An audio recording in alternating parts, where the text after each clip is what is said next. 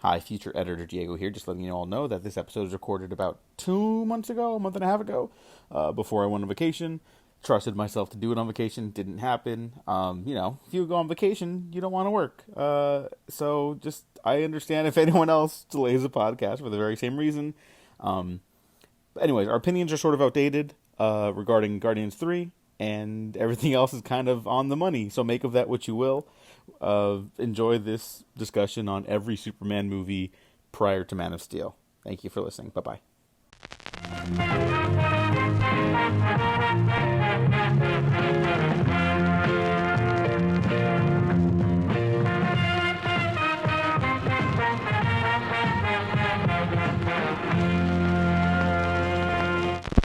Can you? All right. It just got me thinking right now. Okay, go for it. I was going to try an opening, but it was going to be embarrassing, so this is probably better. But based on a reference, which I will not reference again, that I made right before we started recording, there with the huge gaps between Superman movies that we got, how many pop culture references do you think Superman could have made that would have aged like milk that we missed out on?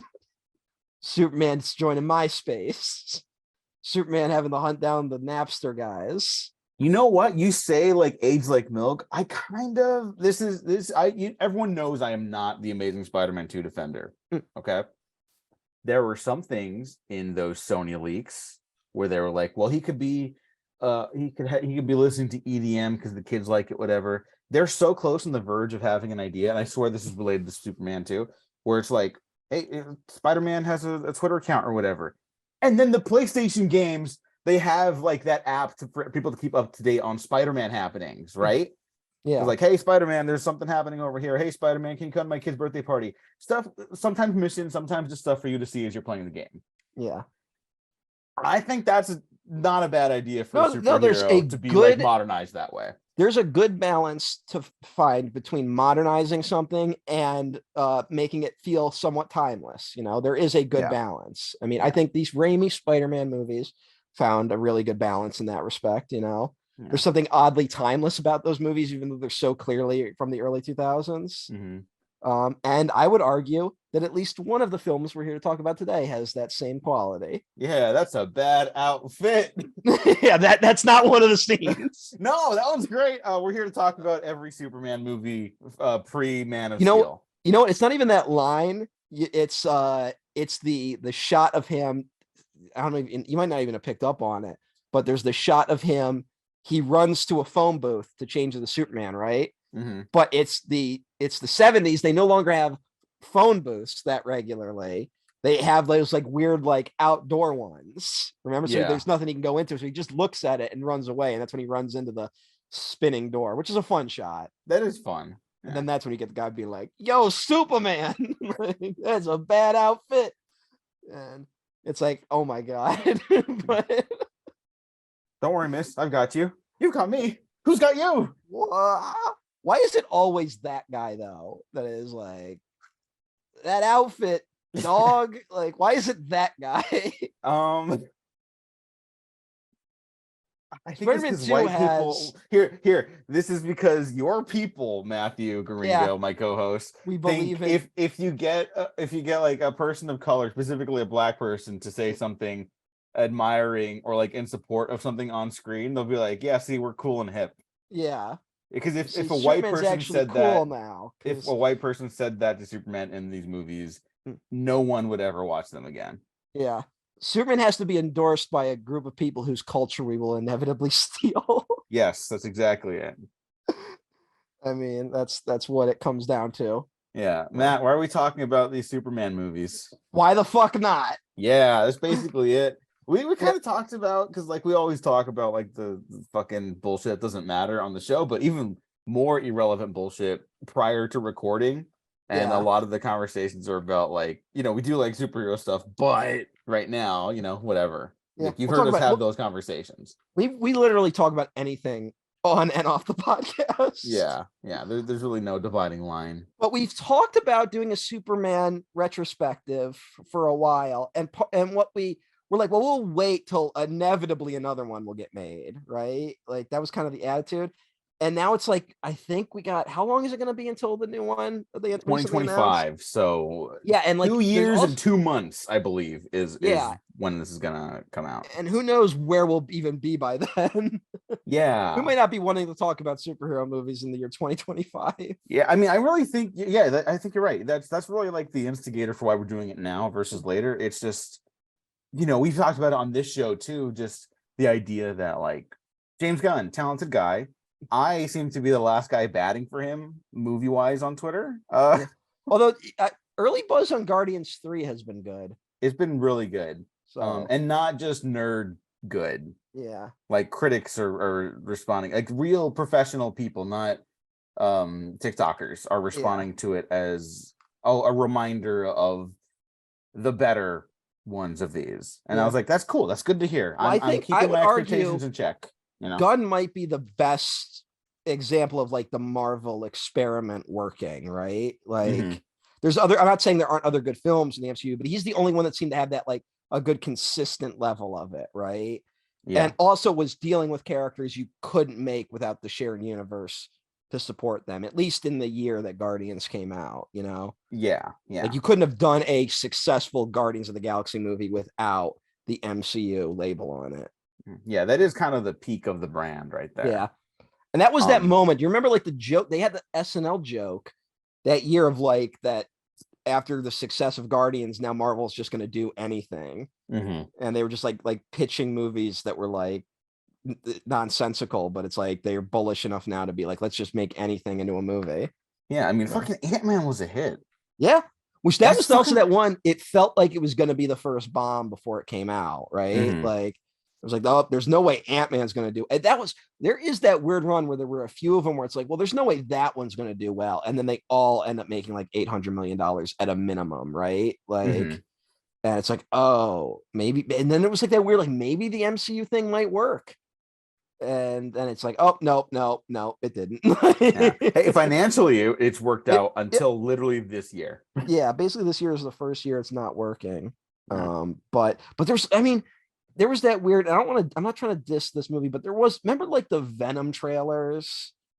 And it was like, there was nothing about that movie looked good before it came out, Yeah, I agree with you. You can diss this movie. Yeah, I diss it too. I have no idea how people feel about the first Venom. People seem to have liked it, but also forgot it. Well, but like all those trailers looked objectively bad, right? Like they all looked terrible. They looked embarrassing. The only thing they really had going for it was the potential energy of Tom Hardy, right? But it wasn't like there wasn't like anything in those ads that made you that like sold that. And then it came out and it made like $800 million. And it was like, who the fuck went to see Venom, Yeah. That was at least my reaction. And but then I think Morbius was the one where it was like, oh no, these things they're on the down swing because Morbius like bombed big. Yeah. So although maybe the greatest gag we have all come together to pull off was to basically convince the studio that no, we will watch it again if you re-release it because of the memes. And then they re-released it and it made like $80,000. That's just so wild. And it's so weird that like they have America. It's just also crazy that they have a Kraven the Hunter movie in the works and a Madam Web movie that is like shot. Like they can't like they can't back out now. Because those two movies have to come out. And Kraven, I've not heard anything good about it or anything like that, but just like JC Chandor, yeah, it sucks that he has to do it because it's just a paycheck thing. But like, I kind of want him to like cook with it if they let him do it. But I bet you now he's got more eyes on him than he did. Yeah, like post Morbin time, yeah. But Kraven time. Oh God, yeah. And then it's also that insane thing of like, how the fuck Kraven's Last Hunt is like one of the best comic books ever written. How the fuck are we finally getting Kraven the Hunter and there's no Spider-Man in the movie? I know. Like that's just ridiculous. Hey, was it offensive that they didn't bring Paul Giamatti Rhino back for the fucking third Spider-Man movie? A little bit, yeah. Like what was that about? I don't know. He's the best part of the Amazing Spider-Man Yeah, if 2. he's only in like 5 minutes. Yeah, and people like hated it that, and I was like, no, that's what these movies should do. They open and close, like you What? bookend with just a goofy villain. Yeah, the problem was that he was like they put him like front and center in all the ads. Like Yeah.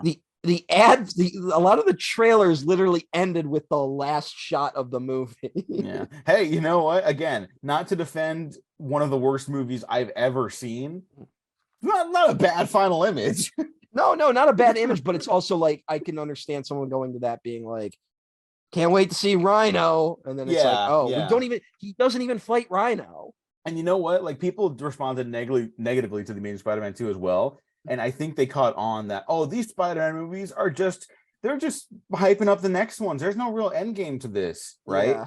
And I think now people kind of realize that's what these cinematic universes are for. Because like the idea of a cinematic universe with a beginning, middle, and end still does entice me. The problem is they're never allowed to end because of production, marketing, and Yeah. all that shit, right?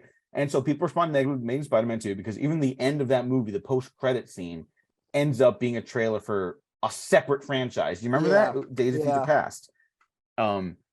And so to bring it back to the Superman discussion we're about to have, we're basically talking about it now because as much as even I like James Gunn, who's going to give a shit about all of this stuff in 2 years? We've seen Yeah. basically these types of movies start bottoming out now. The Batman didn't make $1 billion. Now, some of that might be the stink of the reception to the Ben Affleck Batman. People are wrong about that, by the way. I am Yeah. pro Ben Affleck Batman, as we all know now. It was a weird mix of like that. There was stink around that, and then also there was stink of Affleck being replaced because he was supposed to do a Batman movie, and Yeah. that whole thing is like a weird. Is it part of the universe? Is it not? Like, Mm-hmm. there was a lot with Yeah. that movie, and then it was also And like a 3 hour movie that I think yeah, people that were. too. So the fact that it even did make that much money is kind of impressive. Yeah.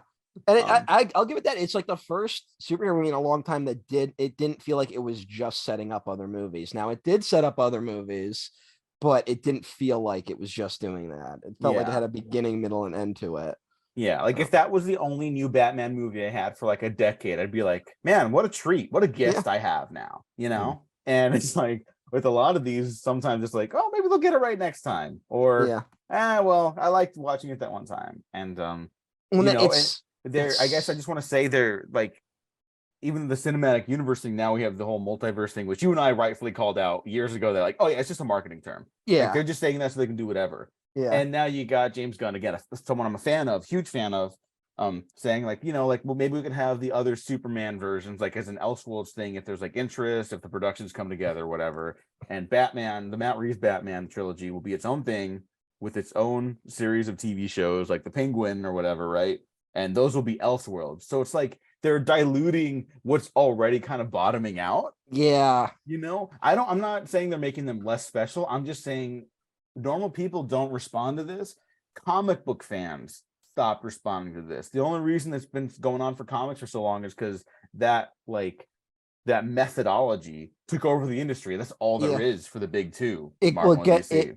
it became narrower and narrower and just focused on the core audience they already had and barely try like every now and then they would reach out, like they would position like Miss Marvel, the comic, the most recent version of Miss Marvel was clearly positioned to like reach an audience that hadn't read comics before, right? Yeah. Like And it was a every now and gateway to so many people yeah, in the Marvel comics.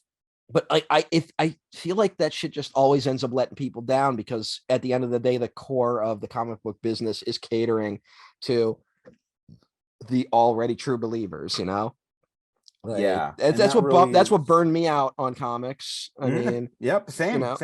it was like you would get into a series, it would get a groove, and then it would either get canceled or there would be some big crossover event. And then it's like, well, now I have to read this crossover to know what the fuck's happening. Like, and at a certain point, it's like, I can't keep up with all this.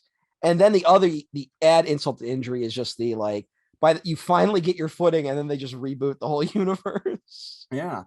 Or And maybe, to bring it back to my boy Spider-Man, you want to see these characters grow and yeah, change and eventually maybe even end, and hey, maybe people want to see him do more than just be like a poor high schooler. Like he could be a poor adult. It's the economy and capitalism have basically stopped letting people live comfortably, right? It's a Mhm. you could tell so many Spider-Man stories with that, even while he's married to Mary Jane. Maybe people want to see him have a kid, and every time they start dabbling in that, it's like, well, we're just gonna reboot it so they're him and Mary Jane are broken up again. Which is Yeah. like, okay, if you're taking over the book and that's a direction you decide to stick to forever, I'm not even gonna say that's you can't do anything with that.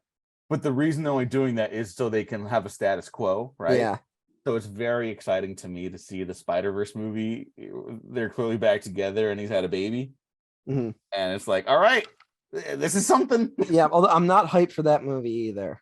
Like, as much as I liked Into the Spider-Verse, I think it looks so fucking good. it But looks we'll fun. see. We'll see. But also, like, there's this problem I think right now where they get so this happened in the comic book industry first, and now it happens in the films, which is they are so lore focused they forget the general appeal of these characters. Yeah, no, that is a And, concern. That is and I mean, absolutely a concern. I talked about, I think the biggest bummer moment for me in superhero movies in the past year was going to Black Panther 2, and you meet Ironheart. Is that the character's name? Yeah. Yeah.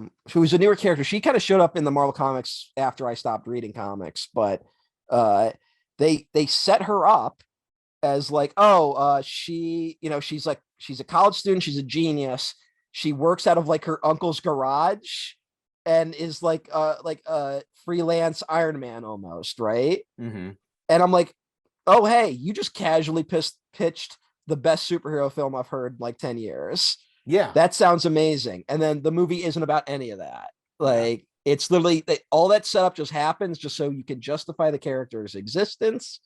And then they get into a car chase with the police because they have to stop the fucking shit happening with Namor. Yeah. You know what makes that segment even worse is that I agree with you. It sounds fucking awesome. Like just Yeah. as a concept.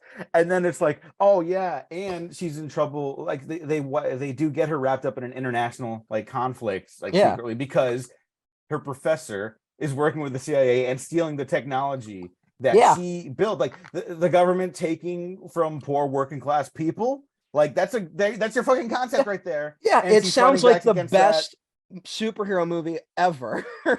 And it's just in the middle of a movie It's- I mostly enjoyed. Yeah, the movie's fine. Honestly, like Yeah. Black Panther 2 is like very fine, but it's like kind of a lopsided movie for a lot of reasons, including that. Like, Like again, I said it before, but like the fact that it's even watchable is kind of a miracle. Yeah. It's just a bummer all around, that movie. Ultimately, Ryan yeah. Coogler is still a really good director. You Yeah. know, I'm like, very interested for when he makes a movie separate Yeah. from them again. Have they 'Cause he's announced if fucking he's got it. have they announced if he will be doing another Black Panther? I don't I- think I they've have a- announced it. I'd be shocked if they weren't working together on Black Panther 3. But I do know he's taken a break because he just became a father. Mhm. This movie took a lot out of everyone, obviously, for very tragic reasons. And then there was that him getting mistaken for a bank robber in Georgia. Yeah, it's so fucking stupid. Which is like, yeah, Fuck Ryan Coogler had a fucked up few years. Yeah. Like, oh, so I and guess then maybe the lead actress is a fucking anti-vaxxer Yeah. who makes it really hard for people to finish movies on time. Who knows? Who knows if there are now several anti-vaxxers within the MCU? Yeah. But hey, Yeah, that is unfortunate. I mean, we ignored, everyone ignored anti-vax stuff. I mean, no offense to everyone, but that was a problem back in like 2005. Mm-hmm. And it's a bipartisan problem. Like, there is the leftist woohoo, like, I will only use natural shit to heal my body, that is anti-vax, and there is the government's trying to put chips in my brain, anti-vax, on the right wing. Yeah, You know, everyone thinks vaccines are like kryptonite or something Yeah. for humans being. I Like know, that's really like, what it's- it comes down to. Like I'm using that as a segue back to Superman, but it is kind of what these fucking idiots think, you know? yeah, that baffles me. Yeah. When in reality, you need the vaccines to fight our kryptonite. Uh, Yeah, I just wrote the best Superman comic in You 2 realize- bullshit sentences. yeah, but I just want everyone to know we're all fucked until we solve the vaccine problem. Like, if we can't get the country to vaccinate, we're generally fucked. Like, that's a big problem. I just want that one to be out there. We can't not ignore that one, even though Yeah. Biden says the fucking pandemic's over. Yeah, but the soup got cold, but the crackers are hot. That fucking guy. Yeah, that's my favorite fucking. I'll put that clip in the intro for this because this is gonna be a mess of an episode. Yeah, But I we're think we gonna. do have a lot to say about Superman Yeah, and we the do. We culture do. We around honestly him. do. Yeah. But yeah, no, but Biden is totally embracing just sounding like a lunatic, and it's. I'm not saying it's great to see, but it's something. No, yeah, we were talking a little bit about before too, but yeah, I do. I don't love Joe Biden, but I do love the little moments where he is genuinely funny. Like Yeah. someone asked him about like whether or not he's going to attend the coronation for the British, and he's like, "I'm Irish." Like, all right, I'll give him that one. He's good at answering questions without answering them. Like, you know what I'm saying? Yeah.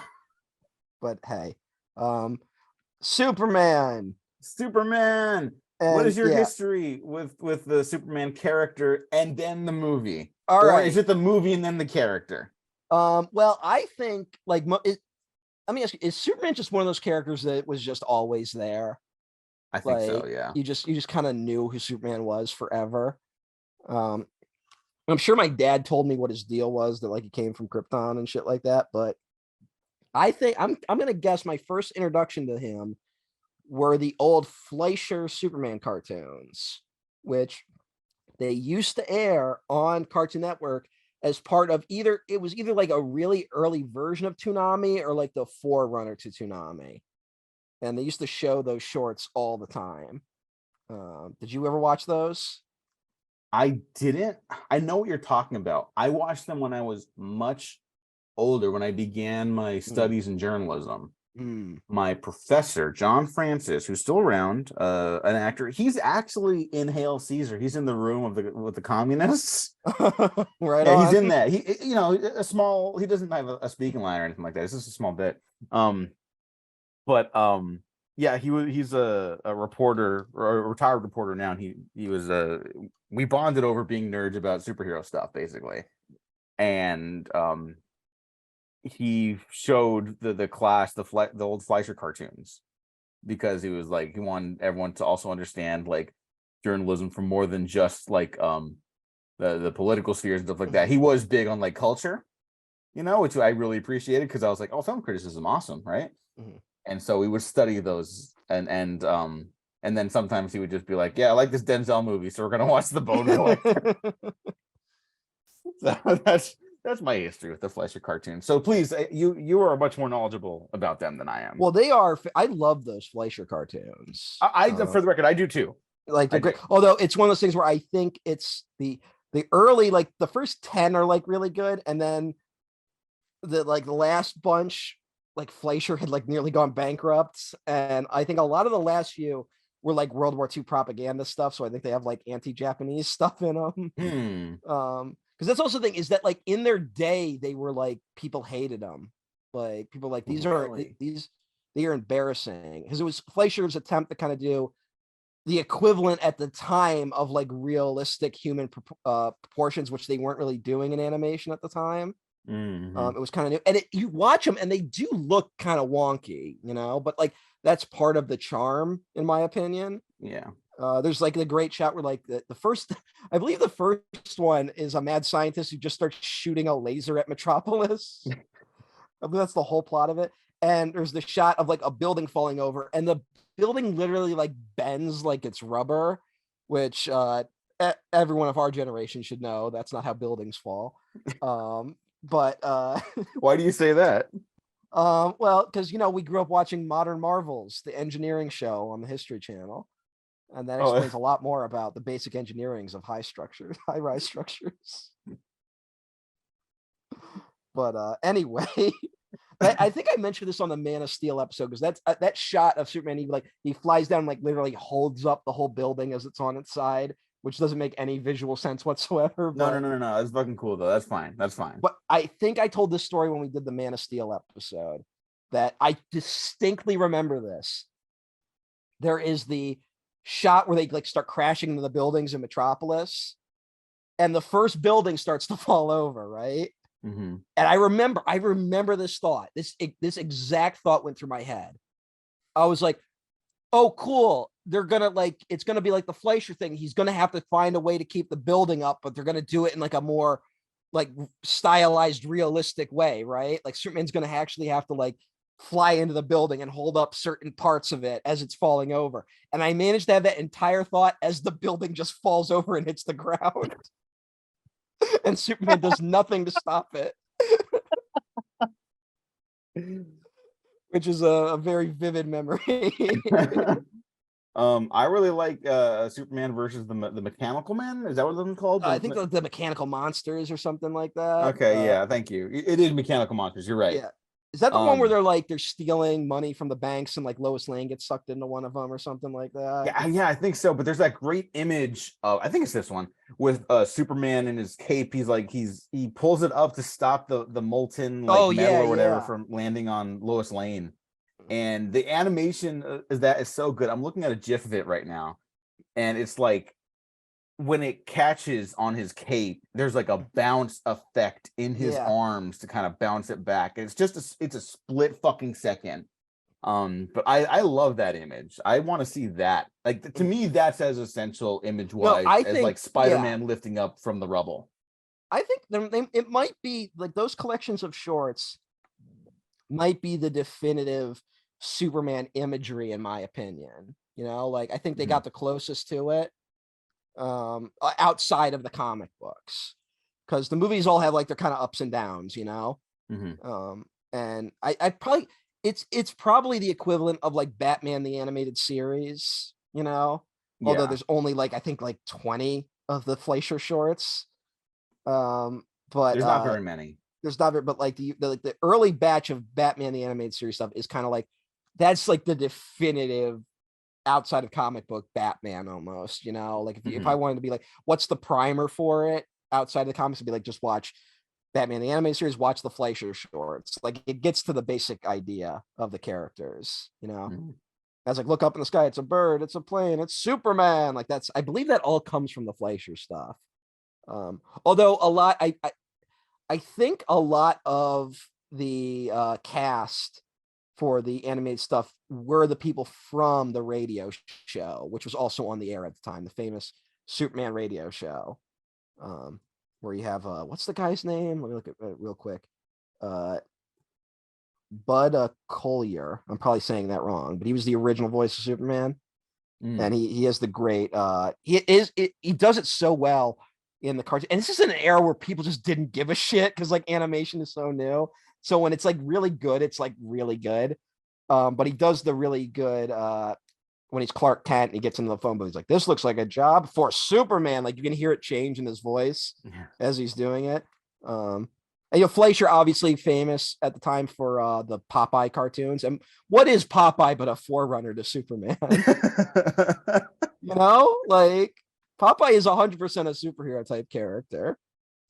Here, I guess for people who are maybe not as familiar as Popeye, or as who the fuck doesn't know who Popeye is? Popeye does not have the cultural staying power. That is some serious bullshit. Like fucking Gen Z, get your shit together. I agree. This is where I will be like, you fucking kids, you know. Popeye, for God's sakes. But we should also remember, like, how is it going to be accessible to them? You know what I mean? We have to do our due diligence. A lot of that shit's in public domain.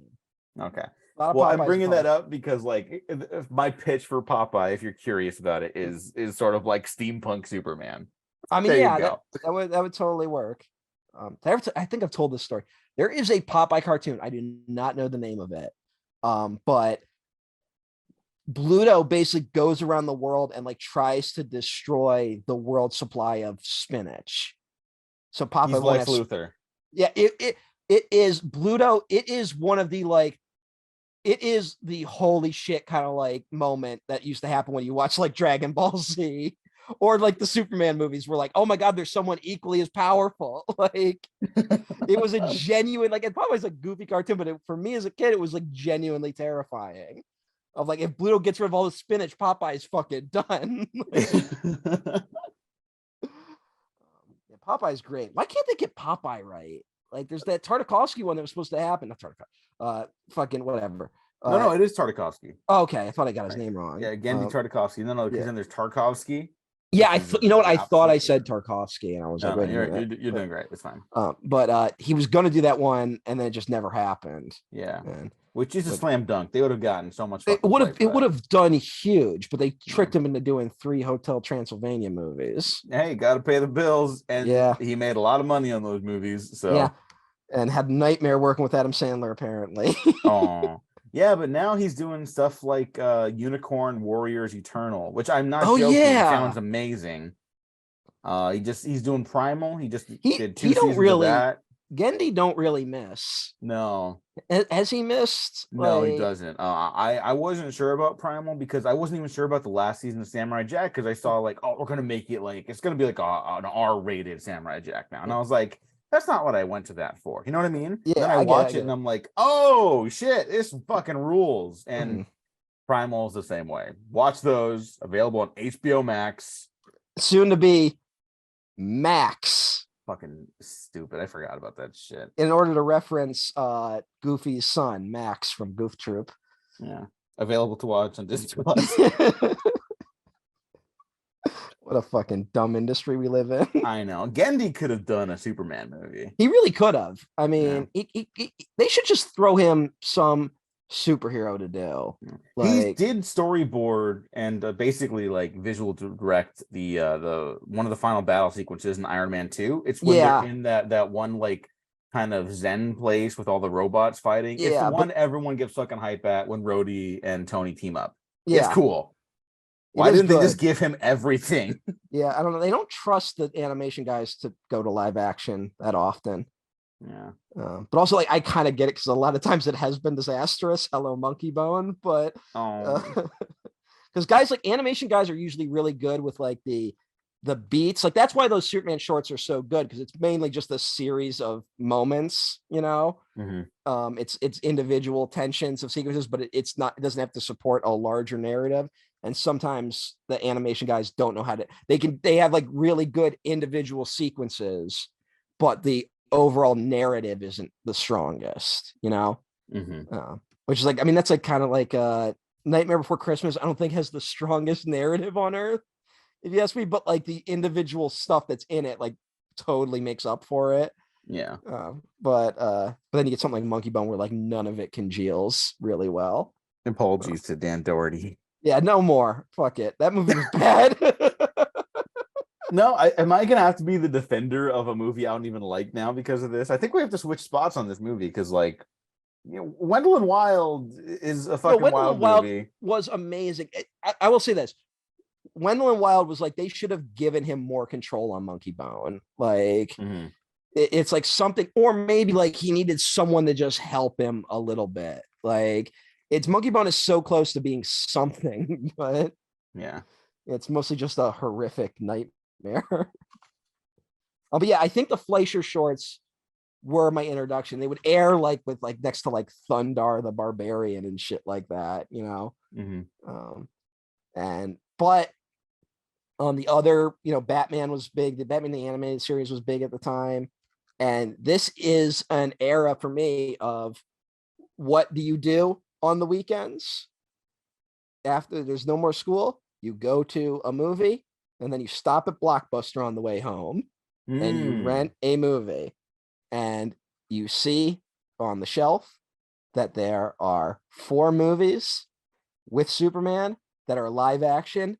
And because it's a movie, you know, it has to be amazing because this is that era where when it got, I mean, I think we're the last generation that kind of has this, but when suddenly like, oh my God, there's a movie, like it's a big deal. Yeah. Like the movie version of something you like was a big deal. Now I don't think that distinction really exists anymore. Or movies just aren't held up to that. But when I saw that there was and the Superman, if I remember correctly, the first Superman was in like a big case. Like it was VHS, but it wasn't like a small VHS case. It was kind of in like an odd prestige case, even for Blockbuster. And I was like, there was something like so intriguing about it, you know? And that was probably my introduction to the movie itself. I probably watched the movies before the actual Superman animated series. Um, where do you get into the Superman thing?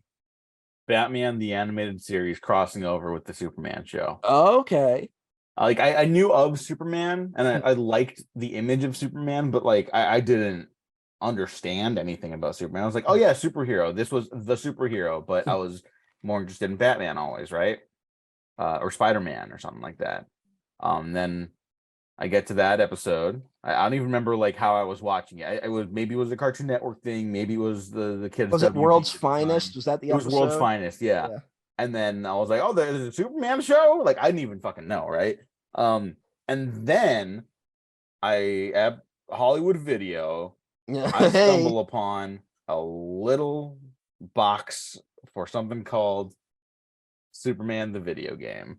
Oh no. And I try to play it and I was getting so frustrated and I was Oh like, no. I don't think this works. The infamous N64 Superman? Yep. Oh my god. I can't believe you actually played I that. did. And I was like, I thought like the game was broken or like I just don't know how to play. And my dad tried to help me, my mom tried to help me. They were because they don't fucking know video games, right? Like, Yeah. so I was like, all right, I was so bummed. I wanted to play it and I just couldn't figure it out. And then as I get older, I start hearing the stories That it's like that infamous as being one of the worst video games ever made. yep. Yeah. So I was like, Uh, okay, it wasn't me. You know, that was totally a moment I had to myself. You know what the I was official just title like, of that game is? Everyone uh, calls it Superman 64, but you want to know what the official title is? yeah, tell me.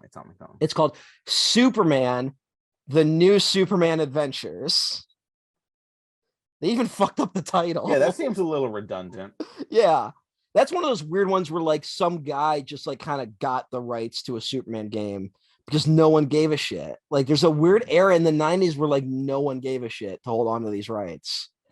And he just started making a Superman game. And then according to him, I don't know how true it is, but according to him, that like once Warner Brothers and DC realized they had just given this to some random guy, they did everything they could to like fuck up the game. Like they wouldn't approve stuff he wanted to do with it.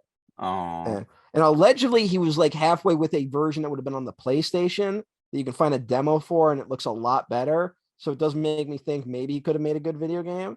But yeah, the version that got canceled and the version that's out there is a disaster. yeah, it physically is like unplayable, Yeah, basically. it's a nightmare of a game. Yeah. Now, I do have some other run-ins with Superman. Mm. I know of the Lewis and Clark New Adventures of Superman Oh TV show yes, at the yeah. time. My older relatives and family members were fans of that as it was airing. If you wanna look up a great moment in acting from Lois and Clark, there was an episode. If I remember correctly, there was an episode where Penn Jillette was on of Penn and Teller, and he was like a magician that accidentally got a hold of something that was really magic, and stuff goes bad, and he goes crazy, and he thinks he can fly at one point. He climbs up to the top of a ladder, and he's like, "I can fly," and he jumps off, and Superman catches him, and in a great delivery on Penn Jillette's part, he goes, "Superman, the others," and points, and he runs away. It's one of the worst pieces of acting I've ever seen on television. I recommend looking it up. Did you watch it when it was like new, or did you just watch it like later? I think I watched it later. Like Yeah, I don't think I could have retained information at the time it was airing on television. that is one of those weird shows that like everyone talks about. Like once they actually got together, the show fell apart.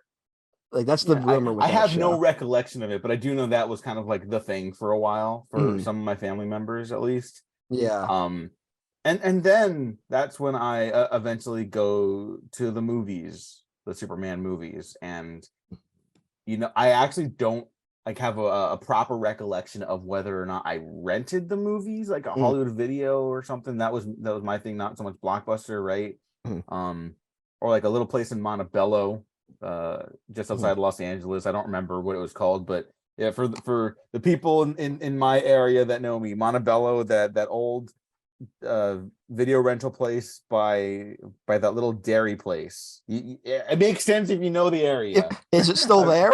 No, the dairy place still is though. Oh, okay. Yeah. Thank God. Yeah. It's where you could go to get milk, but it was really expensive. So I remember that being a problem. I missed when the I was video younger. store, man. I missed the Yeah, I do too. And like not so much just because that's the way things were, right? But I think you and I like I kind of miss the I guess community almost that you can yeah. kind of like I mean, I think we miss communities in general, you Yeah, know. there's that whole angle, but But I know I this is miss kind I of mean, cool to hang out, yeah, you but know. here's what was fun about this. You would go like one weekend, you get Superman, right? Hmm. You bring it home, you watch Superman. Next week, you get Superman 2.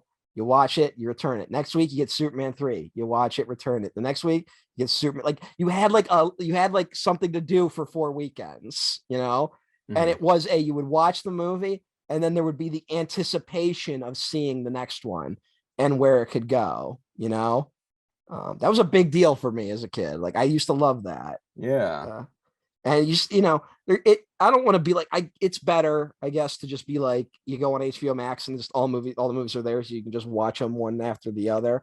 But there was something about the like delayed gratification that kind of improved the specialness of the movie, even though you're watching it on like a terrible VHS tape.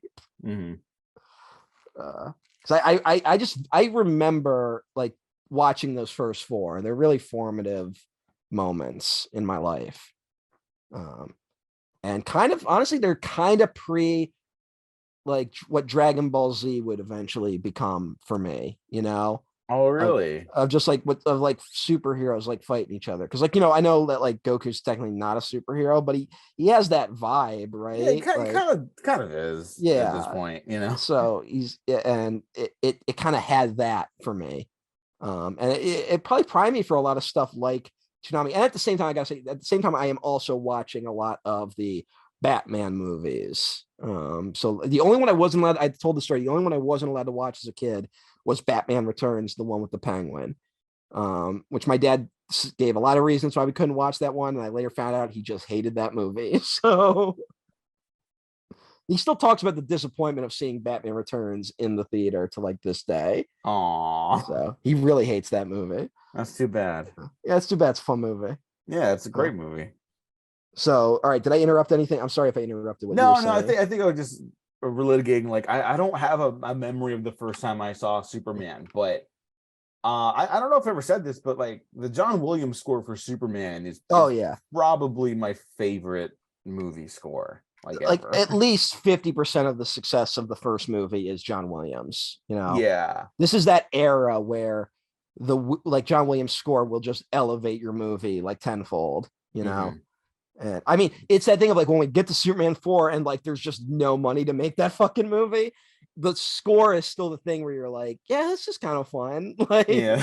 I mean, that one has a lot of like input by someone named Alexander Courage, mm, who yes, was I mean, well, the composer for the main Star Trek series back in the day. because Williams only technically does the first one, right? Yeah, let me check the third one real quick. Yeah, some Ken Thorne does the third one, Superman 3. So Again, it's he did like, you this. know, it's all over the place at a certain point. But also, apart from Star Wars, John Williams kind of did that. He'll set the template for a lot of franchise stuff, Yeah, like Harry Potter as well, right? And then other people come in and they start riffing on his themes, and then they end up getting away from his themes, and you're like, well, well, wait, the only thing you're not people gonna can get better think than him. So, at a certain point, the only thing people can think to do is his theme, but like slower. mhm, Like that's the only thing people seem to think to do. You know, yeah. that's gonna be honestly with like whatever they're doing with Star Wars. We just talked about Star Wars on the podcast. Um, like that's gonna be those are gonna be the hardest shoes to fill. Is like who's gonna take over for Williams? Yeah. Because I like that's gonna be really difficult. John Until Powell is my vote.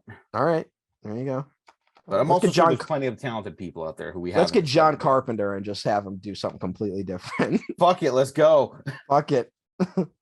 um, and I guess the other because we also are here. I also remember seeing Superman Returns in the theaters. Which not a lot of people saw that movie in the theaters. So Ooh, I did not. wow, you really? Yeah. Uh, that first trailer for Superman Returns is one of the best movie trailers of all time. Um, in case does anyone remember this? I don't think I remember it now. We've definitely brought it up before. I remember the It's bullet hitting his eye. no, that's not in this one. That's not in that. Oh, okay. No, no. It's like the teaser one. Hmm. It's just what is it's the Planet Krypton theme. It's not the march. It's that that opening like aerial shot of the model of Krypton Hmm. where it's like dun dun dun dun dun dun dun. You know what I'm talking about? Yeah. It's just that score slowly picking up. And there's a bunch of shots in the trailer that aren't in the movie, by the way. Um, and it's Marlon Brando's voice because they used the archival footage of Brando in Returns, and it's him doing that speech about like even though you've been raised as a human being, you're not one of them. And it's just it's one of those like I that however I feel about that movie now, if I watch that trailer today, I still get pumped. It's one of those like Hmm. knowing what's coming. Like I'm still like, oh, that actually rules. Like it's great. And yeah, movie. We'll get to that movie eventually. Oh Uh yeah, huh? We are going to talk about that today a little yeah, bit. yeah, a little bit. Mhm. But yeah. How do you so I guess we'll just say before we get into that, there's obviously a few other Superman movies before this that we won't be covering. Hmm. Oh, I There's could mention really quick, just if we're going to talk about Superman appearances, I don't know if you want me to hold it as you run them down, like hold on to this, or just say it. well, go ahead, go ahead. Okay. There's an episode of I Love Lucy. Oh yeah, we're where- fucking well because there's the Superman TV show yes, uh yes. with well, what was that guy's name? Uh, Again, I'm looking it up. I'm looking it up. The episode's literally called Lucy and Superman. Yeah, and it's him George Reeves. as George yeah, Reeves. George Reeves, the original Superman. Yeah, it's George Reeves as Superman on Lucy. Yeah. I love Lucy. I don't know if I've made this clear to everyone still. You made it I love clear Lucy. you made it clear in between furious statements about another thing Oh yeah, yeah, that's related right. to I Love Lucy on a recent episode of the podcast. But Yeah. yes, you've made it clear. Um, and that's that famous show where like he I think the story is they tried to do Superman flying on wires for the TV show, but like the wires broke the first time they did it. Hmm. And George Reeves is like, I'm not doing that again. So he does the weird, you can tell off camera, he like runs, jumps, grabs a bar, and like swings in and like kind of like comes swinging and lands. And that's how Superman flies on that show. Yeah. um, there's the old serials, which I believe the first Superman serial, uh, when he flies, he turns into animation. Like he just turns into a cartoon.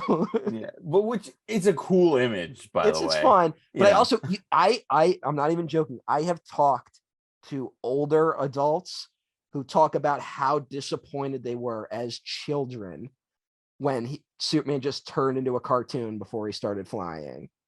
Like I've like nowadays where movies can do basically anything, we underestimate how much just seeing someone fly was a cool idea. Yeah. You know, I mean, that's the selling point of the first movie. You will believe a man can fly. Like that's the actual slogan. Yeah. It's a fucking great Yeah, tagline slogan, whatever.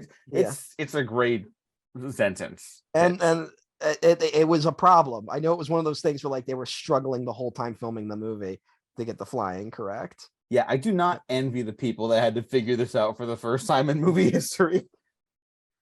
There's like the Superman serials. There's Adam Man versus Superman, and Adam Man is actually Luthor. I believe he's just called Luthor in that first appearance. He's not Lex Luthor yet.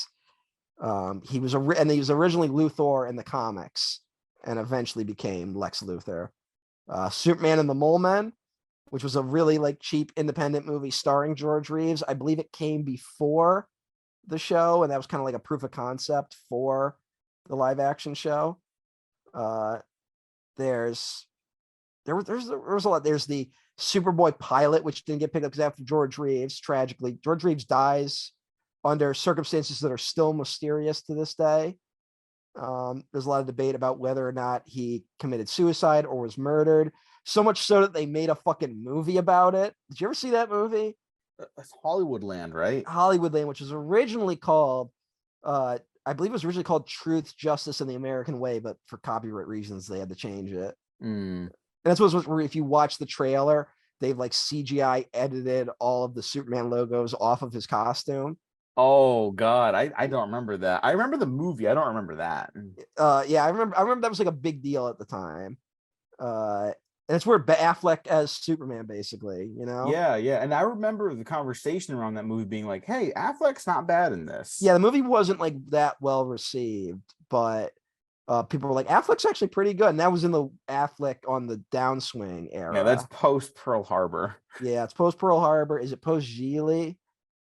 Like Geely's the one where people are like, we're done with this idiot for a few years. Maybe. Um, I'm actually not sure. so there's all that. If you want to find it, it's available. There is a terrible, terrible pilot for the Super Pup TV show. This was like after the Superboy pilot didn't get picked up. They're like, let's try Super Pup.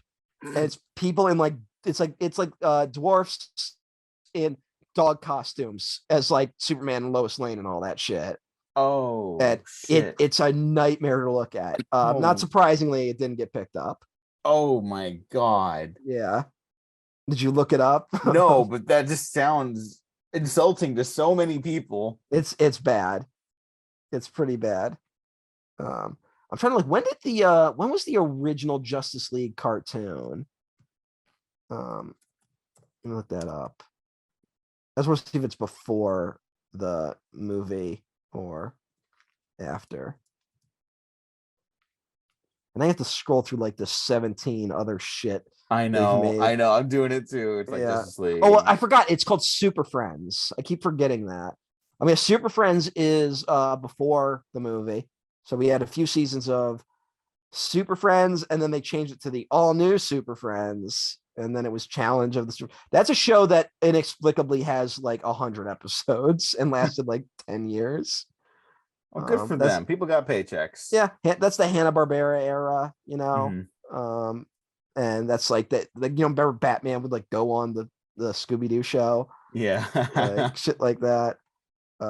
Which is But almost as cool as John Cena teaming up with Scooby Doo. yeah, didn't Wonder Woman team up with Scooby Doo recently? Like they did the like guest show thing Oh, again. I don't know, but you know what? I like that. That sounds Yeah, they fun. did the like, yeah, let's get superheroes in there. Why not? And again, Penn and Teller were also on that, by the way. Everyone should go on Scooby Doo. I would do it if I was famous enough. Even if I was like a D-list celebrity and they were bringing me on to like laugh at me, I would do it. Like, Yeah, yeah, totally. um, there was It's a Bird, It's a Plane, It's Superman, the musical version of Superman.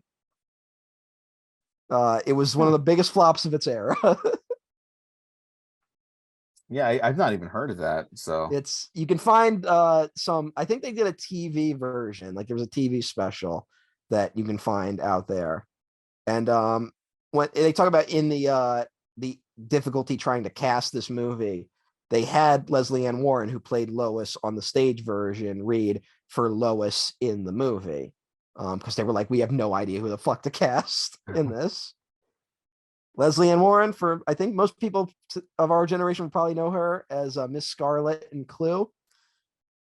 oh yeah, yeah, yeah. Yeah, she was Lois in the musical. That has the incredibly depressing story attached to it. I think I've told this story before, where it was premiering on Broadway, and someone hunted down Jerry Siegel or Joe Schuster, who was living in New York City at the time, and they're like, well, what'd you think about the musical? And he was like, oh, it was amazing. Like I saw like the mayor turned out to see it. And like I was seeing like there's all these famous people turning out for the premiere. I was like, I can't believe all these people are going to see a musical based on a character I made. It was like it was really nice. And they said, yeah, but what'd you think of the musical? And he goes, oh, I can't afford to go to a Broadway show, because he was living in fucking derelict poverty at the time. Oh, Thanks, DC Comics. yeah, that's fucking bullshit. Yeah, yeah. It's incredibly depressing. They Yeah, fucked over all the early comic book guys. yeah. And I was doing some reading before we did this episode. I got to throw Grant Morrison under the bus a little bit. All right, all right. In their book, Super Gods, which is a pretty good book, by the way. It's a mix of Grant Morrison talking about their theories about superhero comics and all that stuff, and then them just taking drugs and talking to the universe and shit like that. It's a wild book, but they kind of go like, he kind of goes, Siegel and Schuster were adults. They knew what they were getting into when they signed those contracts. And I'm kind of like, I don't know if I agree with you there, Grants. But they are entitled to their opinion. But it's yeah. They all those guys got fucked over. And although they did they had like, yeah, it's so bad. Anyway, there is like, that's one of those problems with comics books where I like it so much, but like they to this day they fuck people over, you know? Yeah.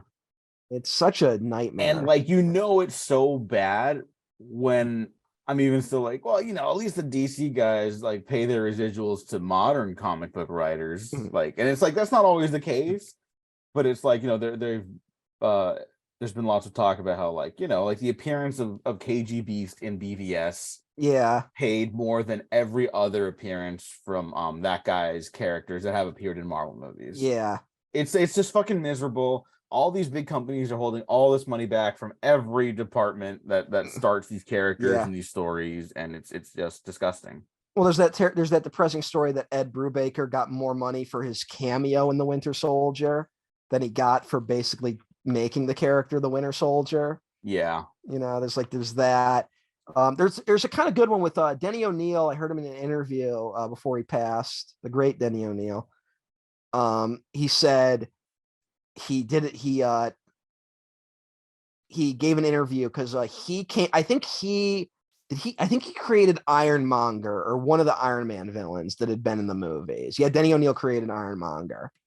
And he kind of just casually said in an interview, it was like, oh, it was fun. I didn't realize a character I created was going to be in the movie. Like, he didn't even like say anything. And I guess, who's the guy? Joe Quesada? Was that the guy who was head of Marvel Comics at the time? Yeah. Called him up and said, oh, I did not realize you created that character. Here's like residuals we owe you. Mm-hmm. And like, just like Denny O'Neil didn't even like rock the boat on it. Like, that was cool, but that was pre-Disney owning Marvel. So I don't know how, I think it's gotten worse since then. Yeah. All those guys got fucked over. Yeah. It's a real shame. Siegel and Schuster don't even have cameos in this movie, do they? I don't think so. Does it even say their names in the credits? I should have paid attention to that. I don't remember seeing it. Give me 1 second. Let me check. Yeah. Let's check that real quick. I'll fill the dead air with me saying I'm going to fill the dead air. Superman, even with your incredible speed, there'd be no way for you to stop both missiles. It doesn't look like it. Yeah. I mean, but also, isn't like Batman v Superman the first time where they actually credited both of Batman's creators? Yeah. Like, it took that long to get that one done, which is crazy. And now, because they're doing all these crossover stuff, they just do like based on the characters published by DC Comics, and like the creators get like a little blurb at the very end. Yep. Like, it's getting worse. It's so bad. Is. And I mean, like, that's why you talk to like normal people who, don't know about this stuff, but like whenever they say like they're responding to like a Marvel movie or whatever, they're like, oh man, Marvel's done it again, or oh man, Marvel's losing it. And it's like, no, Marvel hasn't done anything. Yeah. You know what I mean? Marvel's a fucking name. It's a brand. Yeah, it's a brand name. There's no entity at Marvel guiding all of this. It is just the company name. And DC too, for the record. Just different caliber of stuff, because there's no DC Studios the way Marvel itself is a studio. It's like an offshoot of Warner Brothers Productions. Didn't like DC, and part of like the pivot to like streaming, didn't DC shut down their New York comic book offices? I didn't know that. It would not surprise me. I think they did. They moved everything to the West Coast because of in the name of corporate synergy. It's fucking stupid. And that it's one of those things where like there's every day there are rumors that like DC Comics might shut down in the next few years, like completely, which would just be kind of wild. But also, like, I'm not reading them either. Like, I can't even really like judge people. Like, It's, when was the last time you bought a DC comic? You know? Probably, my God, it's got to be like 8 years. Yeah, it's been a while. It's been a while. I think I bought the last when they put out like an absolute edition of the Fourth World Jack Kirby stuff. Mm, I think I that was one where I was like, I'll buy that because like those are like great, but and they're kind of harder to get a hold of. But I think that was the last thing I bought that was DC yeah. and Oh, you know Marv. what? No, I didn't own a copy of Dark Knight Returns. So like 2 or 3 years ago, I was like, I want to own that. I like that. So I bought it. There you go. That's the last one. That makes sense. I mean, Yeah. that's one to own. Do you just own that one? You don't own Strikes Again? I don't, but my hot take is that for all Frank Miller's faults, I think his Dark Knight run is really fucking fascinating. Yeah, it's been interesting. Although I haven't read, I'll be honest, I need to reread The Dark Knight Strikes Again because every time I've tried to read it, I don't know what the fuck's going on. Yeah, no. You're yeah, it doesn't make a lot of sense. Like um, just visually even. it's like he's trying to like abstract things so far that they no longer make any sense. Yeah. You might respond to the Golden Child, but I've hyped that one up a lot Yeah, we already. talked I've read about that. that. That Yeah. might be interesting, but yeah, I don't know. It's hard to go back to comics, Hmm. as much as we like talking about them, it's also one of the more expensive hobbies if you're really into it. Like after a while, if you're buying issues or trade paperbacks, it's like, are they worth the same amount of price I could have spent on a movie or on a video game or Hmm. something? Like those are the things you have to weigh. And a lot of the time these days, they are not. Yeah. Although you know what, I do sometimes read, like when I go to the library. I love reading the older stuff, which I never used to be into. I never used to be into like golden age, silver age superhero stuff. And as I get older, I find myself attracted to that a lot more. Um, and there's like a simplicity to them that I don't need to know like all this continuity to understand what the fuck's going on. Uh, well, that's one of the challenges when they made this movie. One of the challenges was that Superman's mythology by this point was so convoluted, like it had never really been assembled under one thing. You know, Hmm. there were like comics and stuff that like tried to like smooth out the edges, but again, it appealed to a very narrow audience. It's like Kryptonite. Kryptonite wasn't even introduced in the comics initially. I did not It's know that. it's What? from the radio show. And Oh. there's a rumor which I don't believe is true, but the funny story people used to tell was the actor who played Superman wanted to take a few days off, so they came up with kryptonite as an excuse to like knock him out, so he didn't have to do as much work. But I think that story's been disproven. But Okay. it's a fun idea to think about. Hmm. It's again, it's also the he in the original comics. I think that he used to just jump. He didn't fly. He could just jump long distances. I think Yeah, a lot of people know this, right? yeah, leave buildings in a single bound, Yeah, right? and for the radio show again, they didn't know how to make jumping seem like engaging, so they just made him fly. So like they just be like, off I go, and you would hear the whoosh, Yeah. like, oh, okay. So it's a lot of the Superman stuff is all over the place. And then of course you get Superboy, which there's just no continuity between Superman and Superboy, right? Like it's Yeah. just, and this is that era of comics, like before the 70s is the era of comics where they would just write anything. Like they would just tell any story they wanted and then end it with, thank God that was Superman of Earth 476.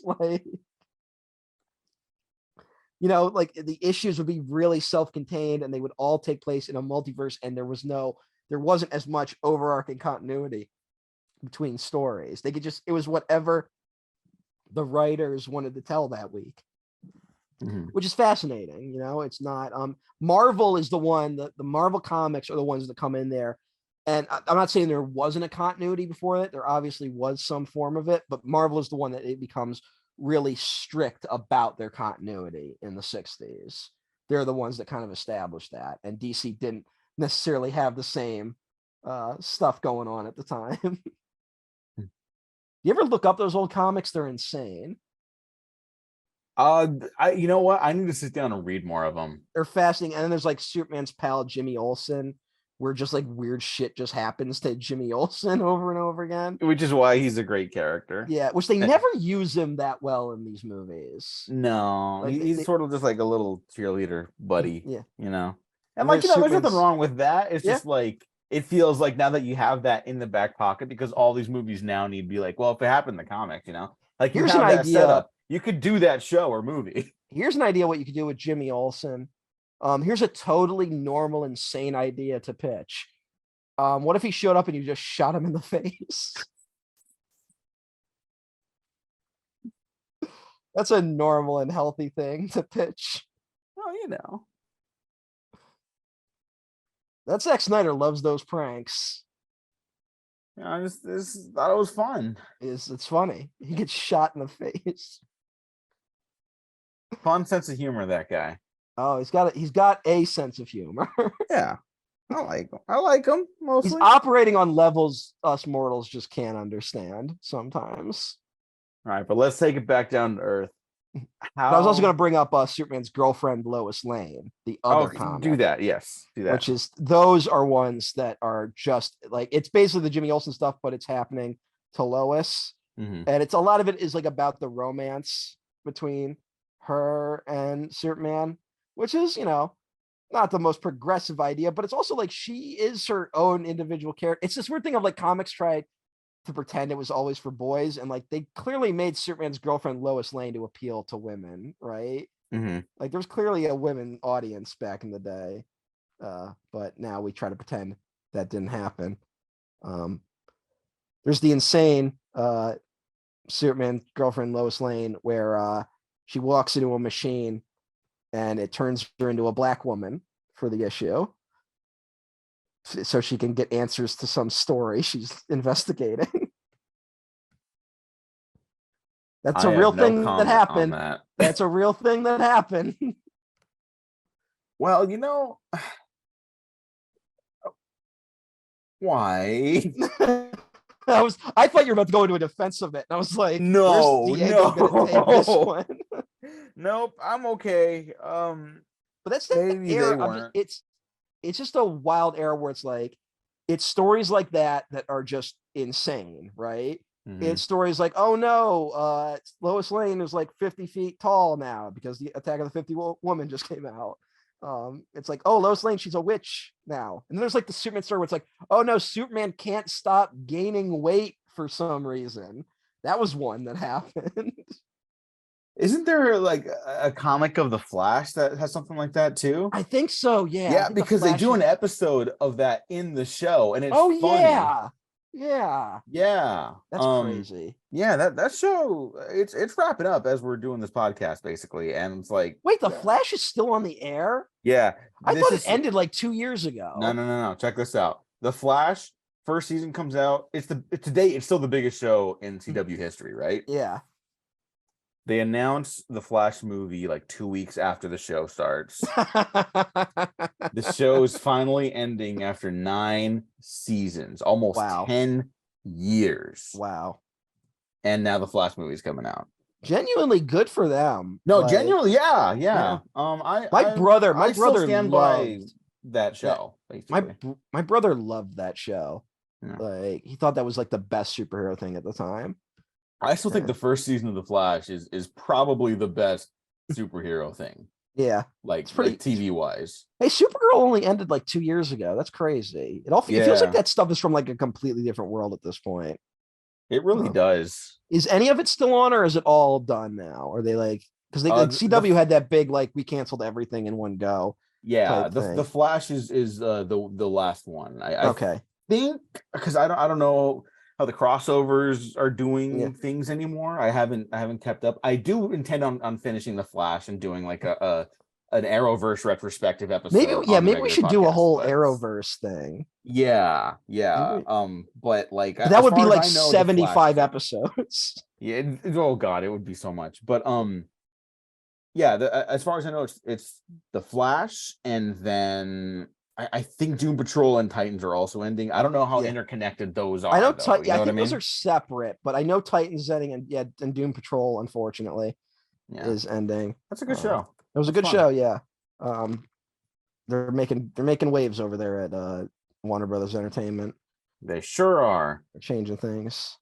Okay. Gotta clean the slate clean, and also release a Flash movie that's a crossover movie that looks psychotic. I Yeah, can't believe everyone. people are allowing themselves to get hyped for that movie. How dare you? Yeah, like I'm first not of saying all, it can't be good, like I am. whatever, but I am. yeah. Oh my god, the oh god. Are you seeing the response at a CinemaCon to Well, it? yeah, I saw that, but I Yeah, which also is was like like, gross. that was gonna happen regardless. Yeah, but Like, it's like these truly fucking spineless people who are like, regardless of what you think of the actor who has done literally crimes, yeah, it's like, well, no. it is kind of hysterical how little the Flash is actually in the trailers for the Flash movie. Yeah, well, Like the that, new one and the new one, Ezra Miller, they're in it a lot. the last one I saw, which I thought was a newer one. Like he was. I'm not saying he wasn't in it, but it felt like Keaton was in it more. Like, they Ezra Miller's Oh, they goes by they apologies, them. apologies to It's all right. Oh, fuck them, but like, American yeah, hero Ezra Miller. yeah. It's like fuck them, but like, let's get their pronouns right. Yeah, But yeah. No, I agree. yeah. But also, I mean, uh, I just know a lot of people are not like physically aware of that. Also, they don't of know that their Ezra Miller is kind of a monster. monster and that they go by they them. Yeah. Oh, okay. Yeah, Let's get both things clear. both things can be Yeah, true. both. No, both things are absolutely true. Yeah. They go by they them, and they strangle the person once. They strangled the person. They potentially groomed someone. They took a young adult hostage and their Yeah. family. Did people forget about this? They had them on a farm somewhere. That whole like thing was just wild to Like watch. they did actual domestic terrorism, Yeah. basically, and they terrorized the island of Hawaii as if this country has not done enough to that nation of people. They were just sticking to the traditions of America. I don't know what Yeah, went wrong. yeah, that's why you call them an American hero. Yeah. Anyways, spineless fucking people are responding to that movie. Fuck that movie. I guess I'll just pivot all You the way know, back to no, Superman the before motion before we picture. go, I want someone to look this up. Who is spinelessly defending the Flash movie? I want to know who, but also not getting Ezra Miller's pronouns correct. You know that exists. Oh yeah, You 100%. know that exists. Yeah. You know that thing exists. Um, but anyway, I just wanted to like set the stage, even though we went all over the goddamn place, for just the weird place that Superman was in when a couple of lunatics named the Salkinds got a hold of the rights to Superman. Now, do you know about these characters? I know slightly, but I feel like you I don't know a can go into ton it just more. because they're kind of hard to pin down. They are I believe they're Russian-born Jews family. They were producers. They produced Orson Welles' The Trial during that era where Orson Welles is like in exile in England. They did a ton of movies. I think what they're most famous for are the Three Musketeers movies. Have you seen those? I actually haven't, but I know of them. They're really good. They're actually really good. Oh, I didn't even know that though. Okay. Yeah, they're actually a ton of fun. But also, I believe there is a law in place because of the Salkinds, specifically related to Three Musketeers, because they shot the Three Musketeers movies as one movie and then decided to split them into two without paying the actors compensation. Like they were trying to work around paying the actors for two movies, basically. Hey, fun And so, fact, this is not unrelated to superhero stuff, but no, maybe that's why the last Avengers movie was two movies? hey, I yeah. don't know. I don't know. I mean, Sorry, isn't go that something ahead. they do in television too now, where like a season will be 2 parts so they don't have to do season 4 and season 5. Something like that. Yeah, it's so fucking stupid. But I believe the guilds have a rule in place to stop that from happening as maliciously, specifically because of the Salkinds. And I think it is called like the Salkind rule. Good. Fuck those guys then. And yeah, they're interesting characters. They got the Superman movies made, but they're also like stereotypes of like the sleazy Hollywood producer type shit. Yeah. What's the other guy from Star Wars? Rick Berman? Yeah. No, right? that's Rick Berman is Star Trek. What am I thinking of? Who's the Rick Star Wars McCullen. guy? Rick McCullen. It's all these Ricks. Yeah, that's the joke. What is it with Ricks? Like, it's so dense. Everything he's trying to do is so. Yeah, this is when Darth Vader was a good little boy, and then he went to Hollywood. I think it's his line in the Phantom Menace doc. Yeah, that's that Jesus guy. Christ. That guy. When you read his interviews, I think did more damage to the prequels than the actual movies did. Yeah, maybe. He was a character, and I think the Superman movie was their attempt to kind of redo the success of Three Musketeers, the splitting them into 2 movies, but going into it knowing there were going to be 2 movies, because that was the initial idea, right? Mm-hmm. That they were going to make 2 movies together and then release them one after the other. At one point, because they kind of had like old, even though like the Roadshow had been dead for a while, they actually thought about releasing Superman as like one 4-hour movie in like a Roadshow format. So this all would have been one movie that you would go out to like the drive-in to see. You would watch 2 hours, get an intermission, and watch another 2 hours. That was the idea at one point. And they got the Superman rights because people, I guess, didn't care.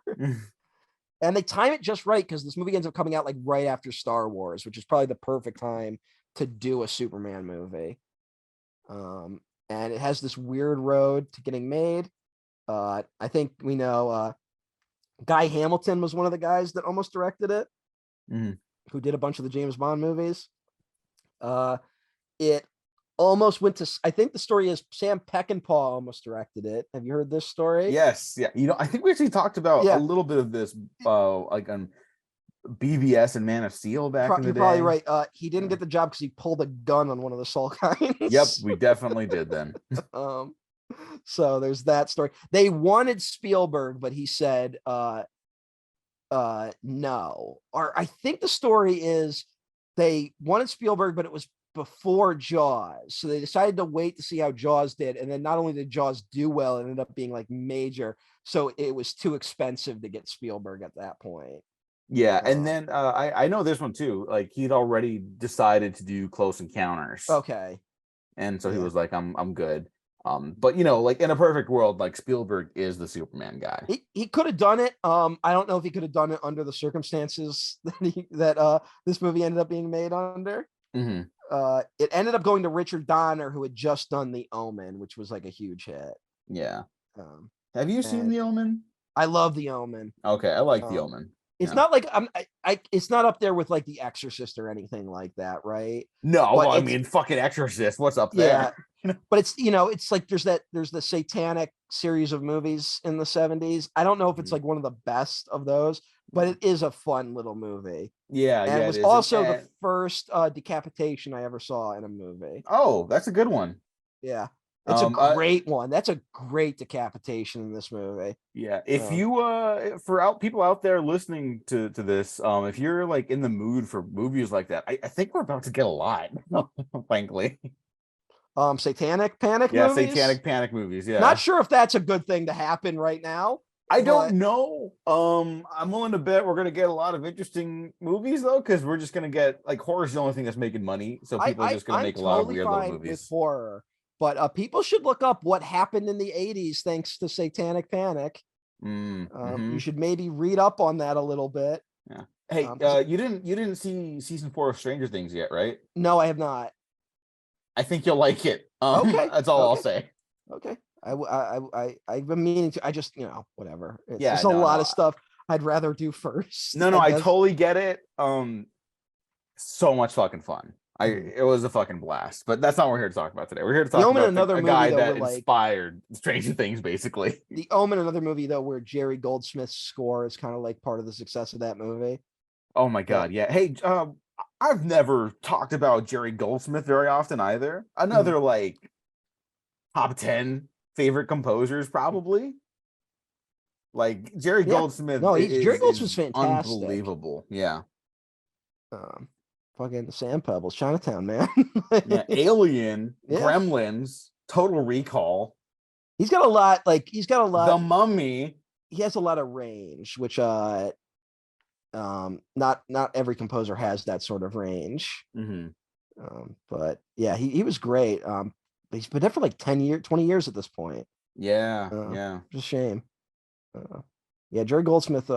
Yeah, he deserves a lot of the credit, in my opinion, for the success of The Omen, because that is one of the wildest movie scores of all time. Yeah, yeah. Uh, Also, this is famous. This movie had a long gestation period where they originally got Mario Puzo to write it, which Mario Puzo straight off The Godfather. Like The Godfather is this massive hit.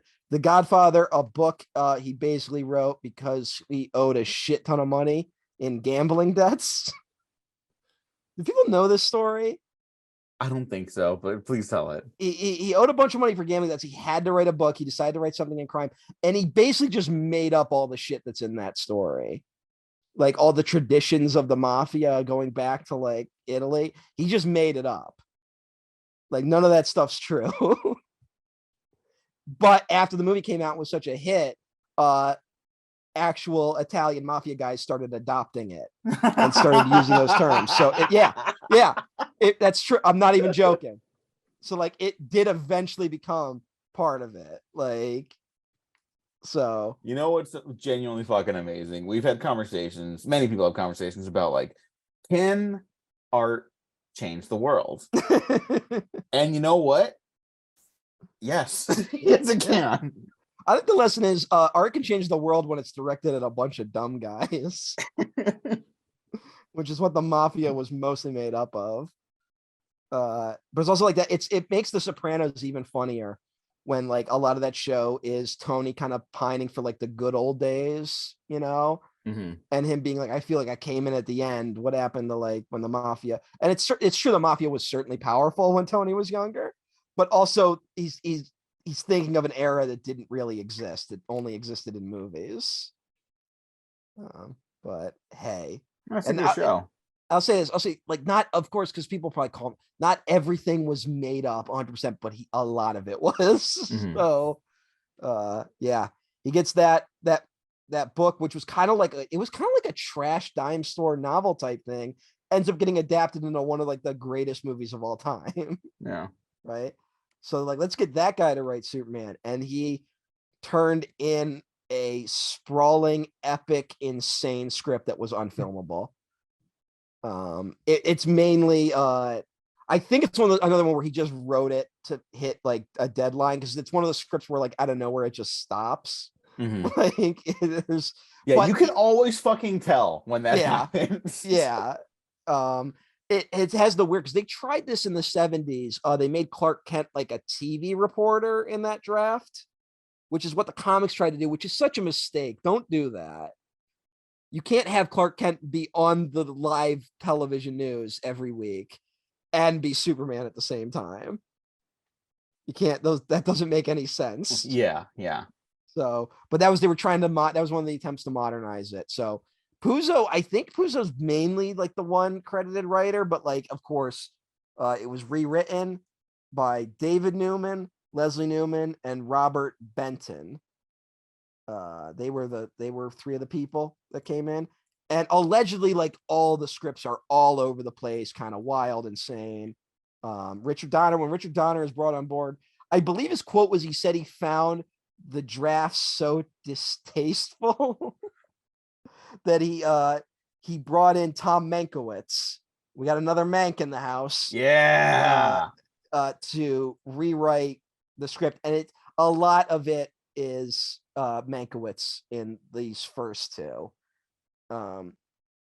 And I gotta say, when you look at this movie, and I would argue the strengths of this movie, I think Donner is the one who kind of deserves most of the credit for whipping it into shape. What do you think? I completely agree. Yeah, I love this movie more with each year I that know. goes by. Yeah, the older you get, I it kind of really gets do. better. Yeah. Um, and I did not always love it. I think I mean I've talked about it like even back to the Spider-Man retrospective days where it's like I wanted certain things out of certain stories, and now yeah, I'm much more accepting of every type of story. You know what I mean? Like not to pat myself on the back. I'm just saying like, I'm more receptive to like what is this movie trying to achieve? I can meet it on its own terms, even if it doesn't get there. mhm. This movie completely gets there for me, and almost in spite of like A lot. shortcomings. Yeah, there's a Yeah. lot of like weird little things in here that like really shouldn't work, but kind of do. Yeah. It's a oddly uneven movie that somehow works. Yeah. Uh, This is gonna be fucking nuts. Please no one tar and feather me. The movie that I think also succeeds the most, like in modern day, with the same kind of like problems mm. that succeeds because of its direction and cast, uh Star Trek '09. I mean, Um, I think that there is something to that. they're very structurally similar. No, you're right. And they Yeah. also have a very bad foundational scripts. They're kind of messy, you can feel it, but they're paced so effortlessly. They are shot so almost like romantically. Yeah. I mean, Star Trek '09 is much more action heavy, obviously, but like there's a real like love and care Well, in the yeah, brief moments with you characters. listen to interviews with Donner, and he seems to be the first one to really come on board and be like, you guys don't understand. This is Superman. This is important. Like, Mm-hmm. he's like, this is one of the defining American characters. We have to get this right. Like, it's not even him trying to come in and be like, we're going to make the greatest. It's almost, he's like, I'm obligated to make a great movie. Like, we can't settle for anything less, is what it felt like the attitude was making this. And And I he's think fucking Abrams right. has that from time to time where he understands he can't accept anything lesser. Seems to only Mm-hmm. happen with the first movie for some reason. Yeah. But Yeah, he uh should not maybe do sequels to his yeah, own stuff, but yeah. whatever. I mean, yeah, that's a weird one. I don't know Yeah. what's going on with that Yeah, guy yeah. I still. just thought for point of comparison, but Yeah. But also, what's some other movies I would point to that work in a similar way? Um, the original Wizard of Oz, which is mm-hmm. another movie that's like almost a disastrous production with like four different directors coming in and out at times, and they end up accidentally making this like timeless classic. Yeah, like still today, like one of the most popular, like, oh yeah, that's my favorite movie responses. Yeah, people, and it's one of those where like it's one of my favorite movies of all time, but like it's not. It's I don't know. It's not like people talk about it in the same way they talk about The Godfather, or where you're like, well, it's my favorite Coppola. Like no one's going like, well, that's my favorite Victor Fleming movie, right? Yeah, They're yeah. like, no, Wizard of Oz is just a great fucking movie. The other one being from the 70s, the original Willy Wonka and the Chocolate Factory, which is kind of like Yeah. a classic children's film that was also made with like producers just kind of like rushing it because they wanted to do a tie-in with like Hershey's, and they just wrote a bunch of songs even though they didn't have a script, and they ended up like accidentally making this timeless classic, right? Mm-hmm. And it's something you can't replicate, like, which is maybe why they've struggled so hard to do other Superman movies, because it is such a lightning in the bottle type thing, and they got it right this one time at least. And yeah, I'll say is I've always kind of been in the pocket for it, but like it got me at the age before I really had like, this is what a good movie is and this is what a bad movie is, right? Mm-hmm. Like I didn't really have that line. But it is only my appreciation for it has only grown over the years. Especially like the more you learn about like the basically like cinder block shoes this movie had attached to it. Yeah, Uh, the fact that it's even watchable, that's like yeah, is crazy. The fact that it is as iconic as it is just yeah. like wow, what a blessing. Um, let's just talk about the cast real quick. Yep. We should do it in order of billing because it's funny. Okay. I'm just looking at the Wikipedia cast Yeah, I listing. Is think that that's that's one of the movie, right? I think that's accurate. Okay. So Well, first up, we got Marlon Brando as Jor-El, top billed in the Superman, movie. Superman's biological father on the planet Krypton, not Krypton. His Krypton. him, you know what though? Like because it's him, I'm like, sure. Yeah. Like I'm This not is even Marlon bothered by Brando. it. Yeah, that's just him being a fucking maniac. It is Uh, weird. Brando, what like Brando's such a lunatic, but like he totally commits to this yeah. movie.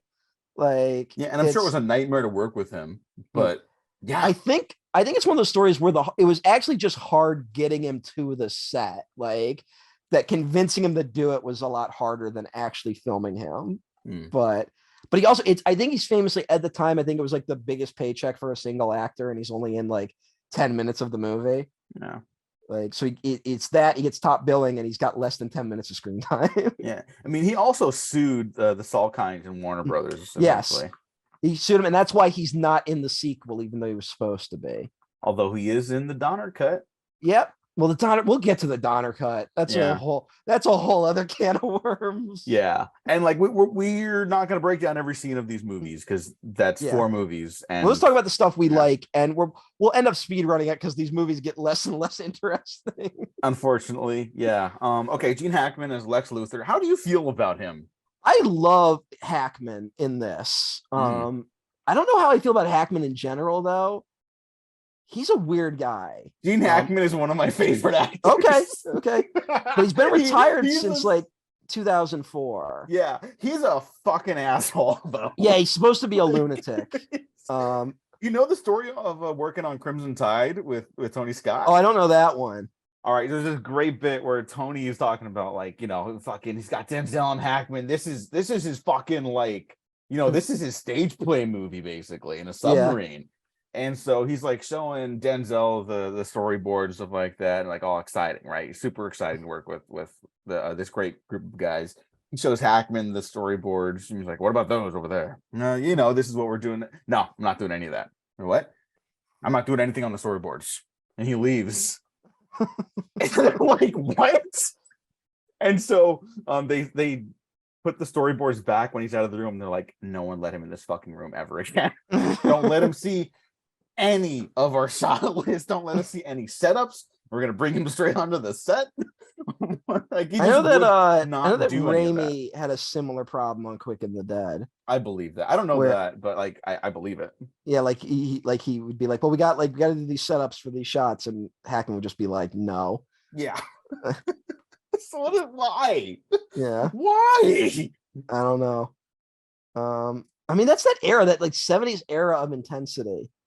But there's also like weird, we remember the really good Hackman movies, but there are a lot of bad Hackman movies out there. Oh, for sure. Especially at the end of like the 80s. He had like a weird like pile up of bad movies. But he's also got like you don't think that highly about Superman 4, I take it. Oh boy, we'll get to that. Although he's having the time of his fucking life in Superman 4. Like he's just doing whatever he wants. But he has that weird he's got a good run in the middle of the 90s where he does like Quick and the Dead, Crimson Tide, Get Shorty, and the Birdcage like all in a row. Like, and he's hysterical in the Birdcage. Yeah. And he's a funny guy. It's funny that he was kind of a dick on, and then he does Enemy of the State, which he's also really good in. Oh yeah, fantastic. Yeah, that is fucking crazy that Tony Scott works with him again. Yeah. Although from what I understand, Tony Scott was kind of a tough cookie sometimes too. I've heard that. I think that's why he worked with Denzel as much as he did. Because Denzel is also supposed to be kind of intense. Sometimes you need those intense guys to kind of wrangle other intense dudes. Yeah, and I mean, when Tony Scott and Denzel work together, like everyone knows those movies are nothing but bangers. Part of me wonders with like the Brando thing, if like the problems that came later in his career were just because people were unwilling to go, Marlon, you're being a fucking lunatic.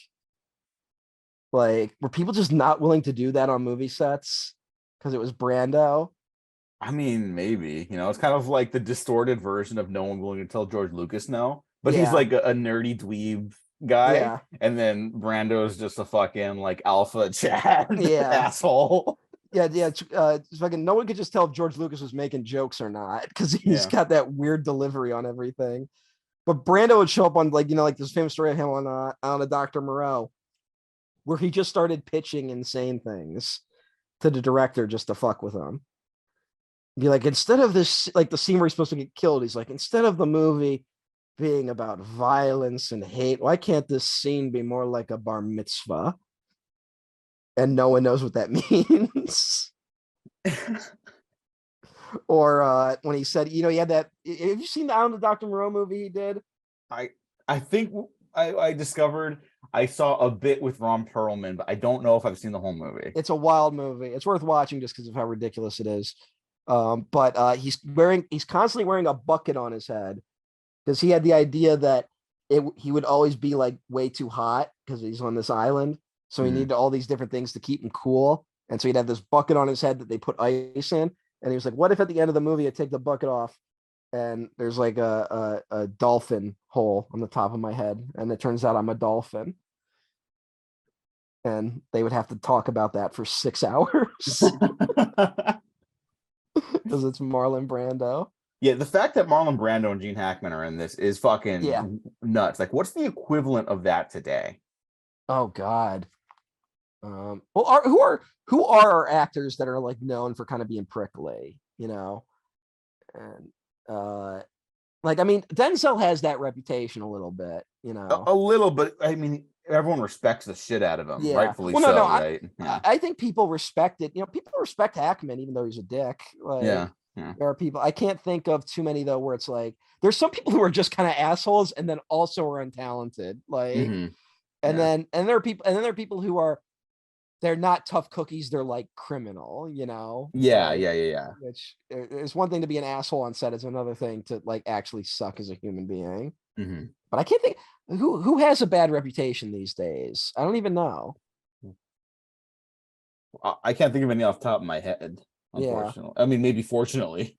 I guess that's good. But also like maybe it's just stuff we're not hearing because like image is so carefully calculated these days. Yeah, and I think the problem is too, and this is a good problem to have, is that now that we know enough about, or maybe too much about certain people, those people stop getting work. I'm not going to name the name, but like we all know there's someone in the media right now who's being outed for stuff, and they're not going to work anymore. And they've been dropped by their agency. We'll see where that goes, because that one's a weird one right now. It's a weird one. I'm just saying, when you're dropped by your agency. Yeah, that's a good tell. Yeah, you don't really come back from that. That's all. Unless we get rid of the woke mind virus that's affecting actors everywhere. I'll just say, when I saw that person walk out of the police station with a hat that said freedom on it, I was like, oh yeah. Yeah, they did that shit. He did that shit. Yeah. Like, I didn't need any more evidence. I mean, but that was also the insane one. We don't even need to say the name, but there was when the lawyer was like, I have proof that he's innocent. And then he dropped that text and it was like, that does not make him look good. Yeah. They're like, feast your eyes on this trump card. Checkmate. Everyone was like, oh no. Oh my God. Because that was the only one up until that point. That was the only actor that I kind of heard was a dick, and I heard it from you. And that was before all the shit came out. And then I was like, oh. Yeah, I did not hear it was that bad. I think that caught a lot of people off guard. You told me he was just kind of an asshole, but also that was like, you told me that like a week before that happened. Yeah, that was just Jesus. And I just kind of sat with that for a week, being like, that sucks. And then there was like, oh no. Yeah. I can't think of too many. I mean, other people are gonna listen to this and be like, obviously this person, but it's just like right now it's not coming to me. And I'm kind of grateful for that. I don't want assholes to occupy parts of my brain, frankly. Yeah. Fucking how did we not think of these? The Rock. Okay, there you go.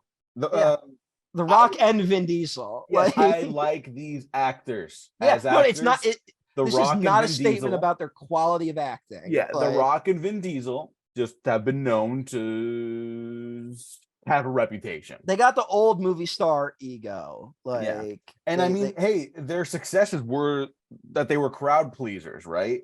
And to do so, they have to like upkeep an image a certain way. And if maybe someone challenges that image, or maybe movies don't work out, very normal human things to deal with in that industry. It's just everyone knows now. There's no like secrets to be kept from each other. We know that these people are they're more worried about looking good than maybe making a good movie work out or a good production work out. It's kind of crazy that there still is that thing of like I have to win in the fights in the movies because it'll make me look weak if I don't. Yeah. And hey, you know what? Hey, does I was sorry. What were you gonna I was just gonna say, like, I'm gonna give The Rock a little credit. He kind of gets his ass handed to him in Fast 5. Yeah. Well, that's the one that really works. Fast 6, in Fast 6, he still gets like bamboozled. You know, it's in Fast 7, he's out of commission for most of the movie. So I'm, you know, for playing well together as long as they did, I have to commend it to both of them for letting that thrive. And 5, 6, and 7 are like the Fast movies that most people go to bat for, you know. So good job. Yeah. But also you wonder how much of that was like they shot a version where The Rock kicked everyone's ass, and then in editing they made him get his ass kicked. Like, that'd be pretty funny to see. You wonder. Does Donnie Yen have that reputation?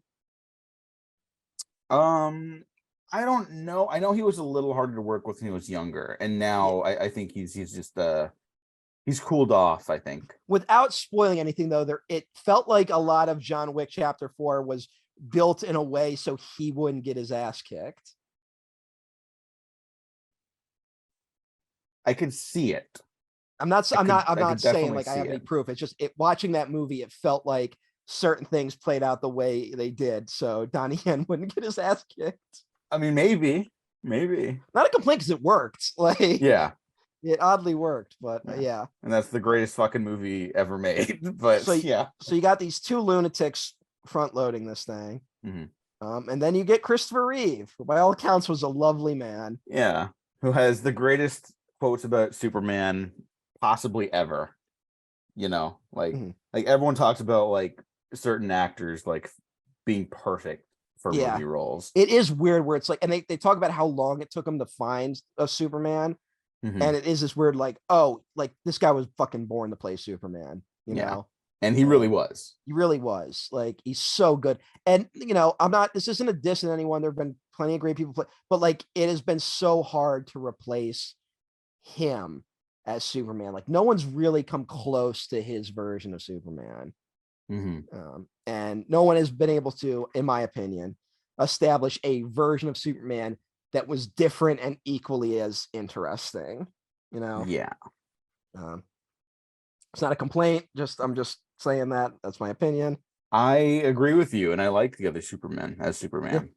The problem for me with the other Superman, and it's not even their fault, it's just the idea of Superman is so difficult to nail down. You know, I think Cavill has the physique, the physical presence of like people's idea of Superman, right? It's like chiseled jaw, strong posture, all that jazz. He does kind of look like a walking drawing of Superman. Yeah, which is just like, I think that's Snyder's really good visual eye at work there. Like, yeah, it works for that. And then I just forgot the other actor's name from Superman.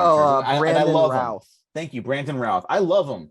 Yeah. I don't think he has what Cavill has.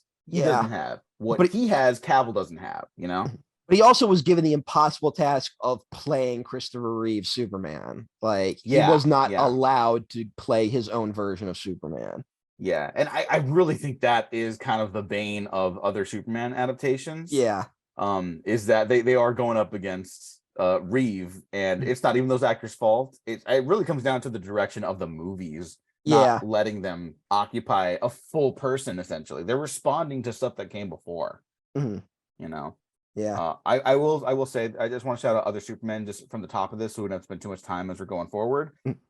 There's the the Lewis and Clark show now that's airing, the Yeah, Superman and Lois Lane Adventures or whatever it's called. I haven't seen any of it. I saw like a few clips of it that go around every now and then. Yeah, it's supposed Uh, to actually be really good. hmm. But the my interaction with them is that character guest starred on Supergirl at first, right? Because first there wasn't going to be Superman in the show at Oh all, yeah, yeah. and it was going to be they were clearly making it up as they went along, and that's fine. I like that other actor who plays Superman in that show a Mhm. lot. And Lois Lane I think is actually pretty great too. Okay. And then Brandon Routh comes back as the Superman Returns Superman in the Crisis on Infinite Oh Earths yeah, I forgot they crossover. did the Crisis thing. Yeah, Yeah. it's not, it doesn't stick the landing, Yeah, but but who it's gives a tons of shit? fun. Like it's a CW Crisis on Infinite Earths. Yeah, Like I'm not gonna hold it to that high a standard. yeah, it's fun to watch, and of course I have to mention Tom Welling Smallville, which is basically like a millennial like icon at this You know point. what? I've never seen an episode of Smallville though. I cannot tell you if it holds up or not, Yeah. but every time I hear that little opening song, somebody say, right? Why did we do that Fucking in the early no, 2000s? it fucking works. It's maybe like, oh, it's still of its time, and that makes it eternal. I've talked about like watching Star Trek Enterprise, the last of No, the like no, no, no, that's different. That's yeah, different. but I'm not even joking. Like Star Trek Enterprise, that first season's terrible. It starts to find its footing by season 3, and I remember sitting down to watch it and being like, "This show's actually starting to work." But every fucking episode started with that goddamn song, and it's like it's a total bring down, man. Like, ugh. But I can't judge. I have not seen. I've seen clips of Smallville. I know the general thing. The thing that started confusing me about Smallville though was that like you would read like Zod is on an episode, and I'd be like, he's still in Smallville. Like, Yeah, it's definitely a problem. That era of like origin stories had was that we're gonna do the story before this real story, and yeah, then the better stuff of Smallville that holds up or is at least conceptually interesting was when they would focus on that. mhm. And then they're like, okay, but now we're going to dip into like the continuity that everyone knows. Then they also don't have like the time and the budget to pull it off. So it's Yeah, like it struggled, and it is fascinating to watch these shows get bigger budgets and productions to pull that stuff off. And like you see the evolution yeah. of these attempts to really capture like comic book iconography.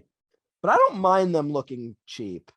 I Like, don't either. I I get really that like don't. stops a sort of wider appeal, but I fucking grew up watching Xena, so like I don't Yeah. give a shit.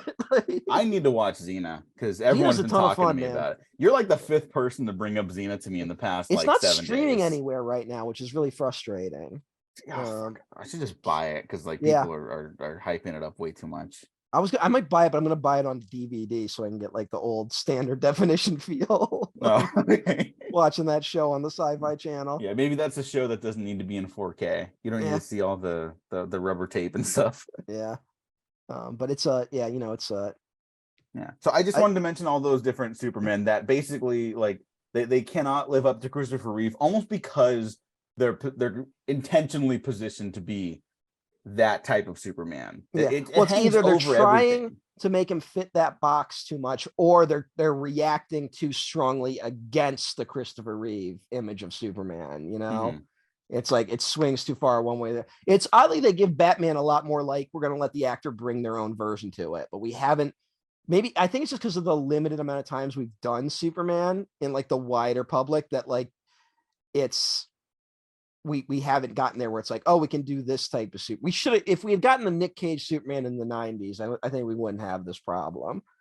Because I think you're right. Nick Cage would have gone crazy with it. And then like it'd be like, okay, floodgates open, do whatever. Yeah. Like, but hey. But I think it's that thing of like there's that clip, it goes viral like every few months of the scene where Christopher Reeve literally changes from Clark Kent into Superman back to Clark Kent in a single shot where he Hmm. just takes those glasses off.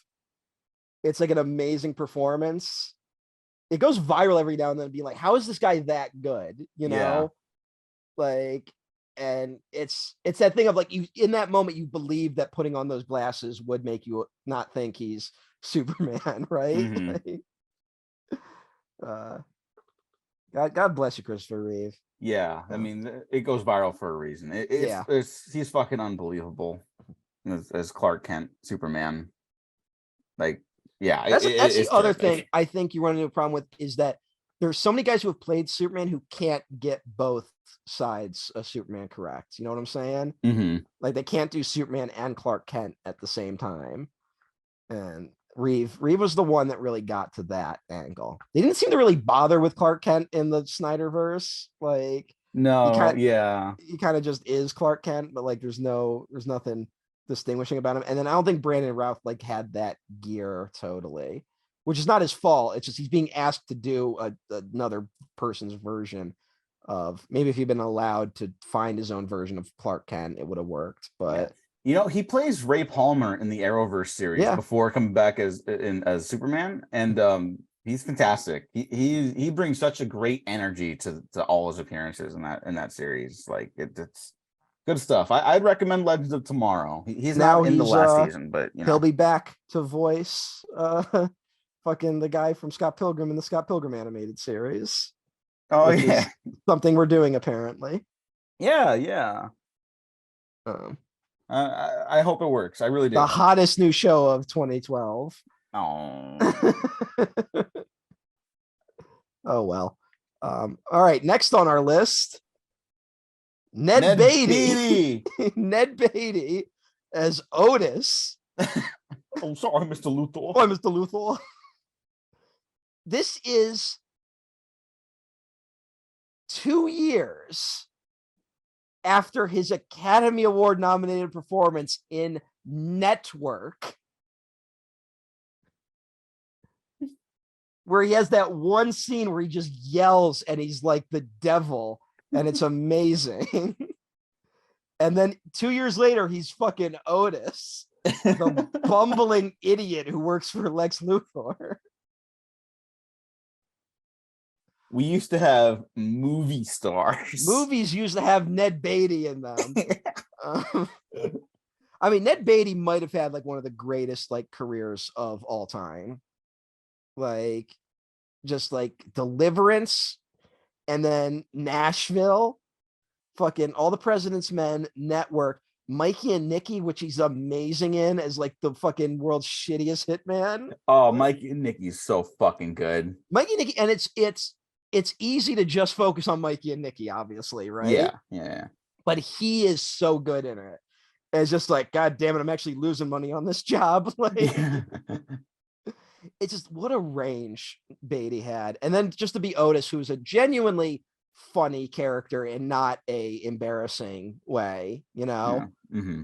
Like But who could forget Ned Beatty's turn in the Mark Wahlberg starring film Shooter oh God, yeah. as Senator Charles F. Meacham. Are you gonna shoot a United States senator? I think that's a line in that movie. That is, and there's a line earlier in the movie when someone's trying to talk Mark Wahlberg down, like you don't have to do this, and he goes, "You don't understand. They shot my dog," or something like that. That movie is such fucking libertarian bullshit. It's a It's masterpiece. but it's a Everyone should watch it. trash It is a masterpiece. trash masterpiece. Yeah. It's fucking garbage. I love it so much. Sorry. But Yeah, he's Ned Beatty Ned Beatty's amazing. recently departed Ned Beatty. Oh yeah, just like Um a year or two ago, yeah, right? like yeah, about 2 years ago, coming up this June. Yeah. And but was just great, like, and was still like doing good. Like, I mean, he's also played one of cinema's greatest villains, Lotso in Toy Story 3, Oh yeah, which is like in yeah. like the last like kind of era of his career, which is kind of impressive. Mm-hmm. Uh, he's in Rango, obviously. He did a lot of like animated stuff towards the end. Yeah. Um, I mean, it's which, you know, I'm probably physically easier, you know. I yeah, mean, he yeah, was an older guy. of course. But you know, he did great work all the way. You know, Mm-hmm. he's got two video game. I always love it when the older actors have video game credits Yeah, on that's there. cool. One of them's just a Toy Story 3, obviously, but one of them is something called Lodestar, which I've never played. From it's one of those like FMV games. So he appears in it in like a video. Oh, So okay. I got to check that out at some point. Yeah. It's also huge on like Homicide, Life on the Street, one of the kind of like forerunner to The Wire, Mm-hmm. you know, which I think that he was there for a while. Did a lot of television. Beatty, we miss you, buddy. Yeah. Uh, I want to just really quickly mention that like this version of Lex Luthor uh and his henchmen oh are yeah, very different than I think what a lot of people's perception of him is. And I think nowadays people think of villains specifically in they got to be more serious counterpoint to the hero, yeah. They got to be right? the polar opposite of the hero. Yeah. They got to be Uh the unstoppable force to their immovable objects. yeah, and I think Thanks, that's Dark definitely Knight. yeah, I was gonna say this is definitely a byproduct of a film I love, the Great Dark Knight, which needs no defending because everyone talks about it all the time still. Um, if that's the case now, in 78, what was the big popular blockbuster franchise going Well, I on? mean, it's James Bond. Yeah, Yeah, Luther's a Bond villain in this. and he's great, and he's having the time of his life playing Luther. And I miss this type of villain. I do Like too. You know, I he's want every type completely of villain, he's but I do miss completely him. amoral, and his goals are not like built on any sort of tragic backstory. It's a real estate scam. Like Mhm. he wants to sink all of California so he can buy up all the real estate. Like that's so dumb, it's brilliant. Yeah. And you know what? I would say that's way more truthful than any recent like blockbuster villain. Yeah. No, 100%. Like I don't know if they would cause it, but they certainly wouldn't prevent it. You know what I'm saying? Hmm. Like it'd be like, oh, I can make more money if I let this disaster happen, which feels like would be more of a modern Luther vibe. Yeah. But yeah. He's got a total. I mean, it's equivalent to Goldfinger being like, I'm gonna blow up Fort Knox with a nuclear bomb just so the value of my gold will be higher. Yeah. You know, Like that's Goldfinger's entire plan.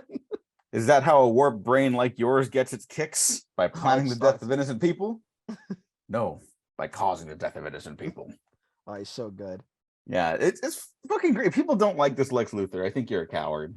That's a weird. I mean, maybe it's because he has a hairpiece on the whole time. People want bald Lex Luthor. Oh yeah, but if look, I'm gonna be honest. If that's still your fucking hang up, like a minor thing like that, People I'm are sorry. He takes it off at the end. Yeah, people are weird about that kind of stuff, man. No, I know. Like Well, people, I remember people, including myself, because I was a fucking, I was an easy lay for comic book stuff in 2016. But like, people fucking rioting like Jesse Eisenberg, Lex Luthor has hair. yeah. I just Hey, like, give me who credit. I cares? like Jesse Eisenberg Luther. Like out of the gate, I like Jesse Eisenberg Luther. Yeah, I grew to love him I like did. my fucking great fail son. I mean, that's if you want to talk about. He is honestly like I'm. It's maybe not an interpretation of Luther I wanted, but it was certainly better than just trying to do Gene Hackman Lex Luthor again, right? Mm-hmm. Like they took a wild swing in another direction, which it worked. In my opinion, that character works. People still kind of have hangups about it, Yeah, but I I think that's love one of both the these Lex Luthers. yeah. I mean, they're two different versions of the same character. Like Mhm. I the tech bro angle makes more sense to me than like they in the like early 90s when they try to turn him into like a business mogul. Mhm. I'm not a big fan of like rich guy Lex Luthor. I kind of get where that's coming from, but it's not my favorite version of Yeah. Luther. I also think it's too broad, if that makes sense. I think Yeah, his thing has to be more narrow-minded yeah. nowadays, if that makes sense. You start from a narrow-minded like perspective on Luther, and then you can bounce him around different stories from Well, I there. don't know if a character like this would be believable, but like imagine a version of Luther where like his family made all sorts of money with like racist diamond mines in South Africa. And then he got all that money and he just invested it well in the tech companies. And because of that, people thought he was like a genius, but he wasn't really. And then he started launching his own rockets that didn't work and was constantly talking about how you get people to Mars. And then he started an auto company, which people thought could basically walk on water, even though it's just an auto company.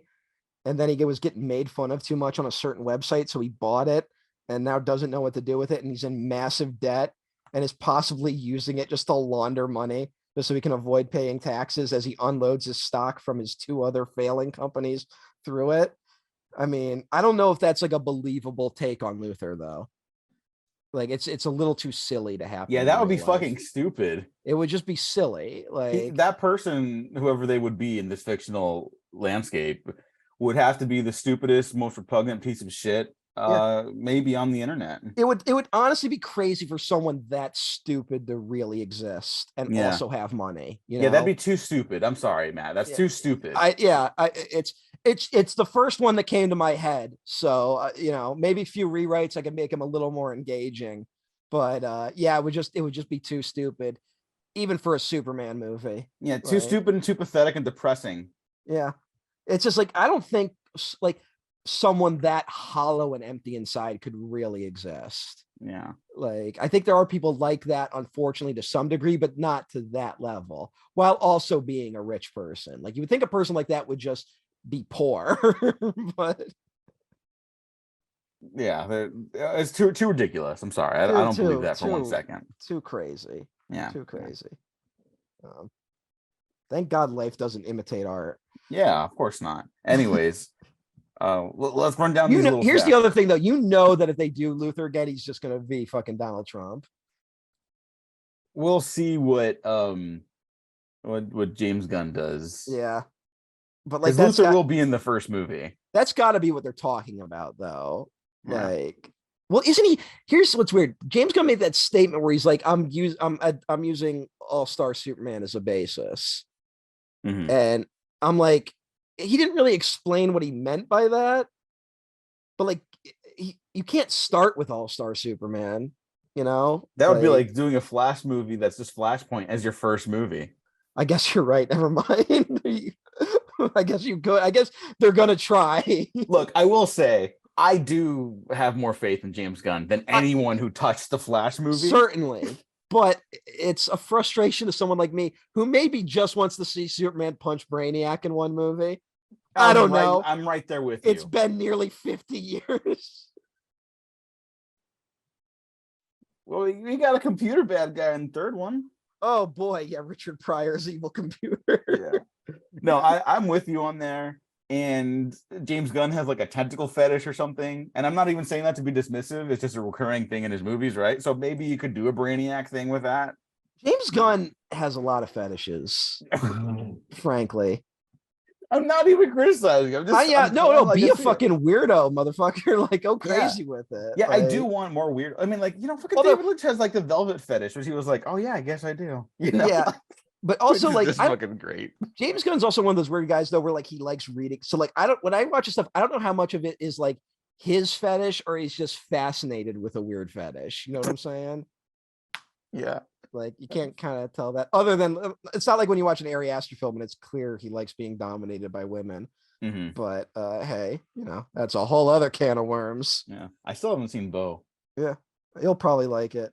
Yeah, probably. I appear to be in the minority on thinking it's a boring version of his previous two movies, but well, hey, Nathan Lane could be in a Superman movie. He could be my Lex Luthor. God. No, he would be, to get to our next actor, he could be a great like Perry White type guy. Oh, yeah. Played by Jackie Cooper in the original Superman movie. Who was a child actor who's great in this. Mm-hmm. I don't have a ton to say, but he's just really good. Was a solid guy, like did the work and kind of stuck it out through all four of these movies, even though they did him no favors. Yeah, paycheck's a paycheck. Paycheck's a paycheck. I do like that the individual environments Superman goes into these movies are like Norman Rockwell versions of these environments. Mm-hmm. It's like Smallville is like might as well be a Norman Rockwell painting.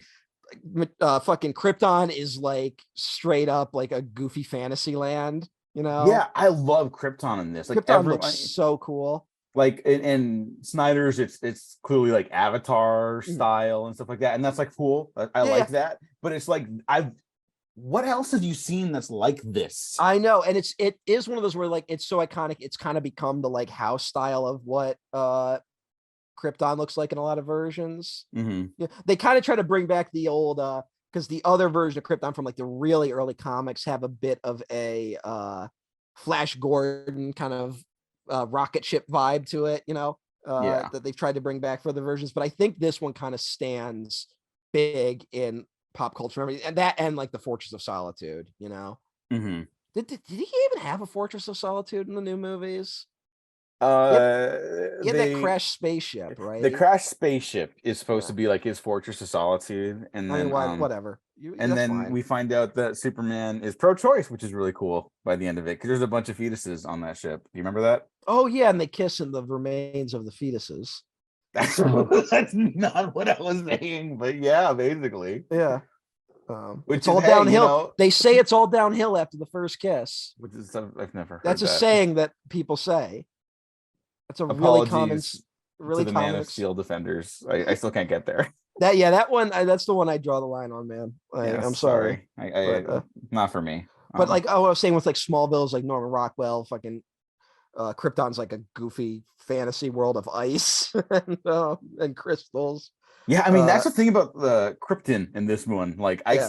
I don't have like a reference point of an artist, you know? Like I was gonna say Yeah. like Ron Cobb has these alien style concept art, like not of the ships, but like of the vast space landscapes. And I'm just thinking because like the use of like negative space and a lot of that is kind Yeah. of familiar, but like even that's like real, it's a real stretch.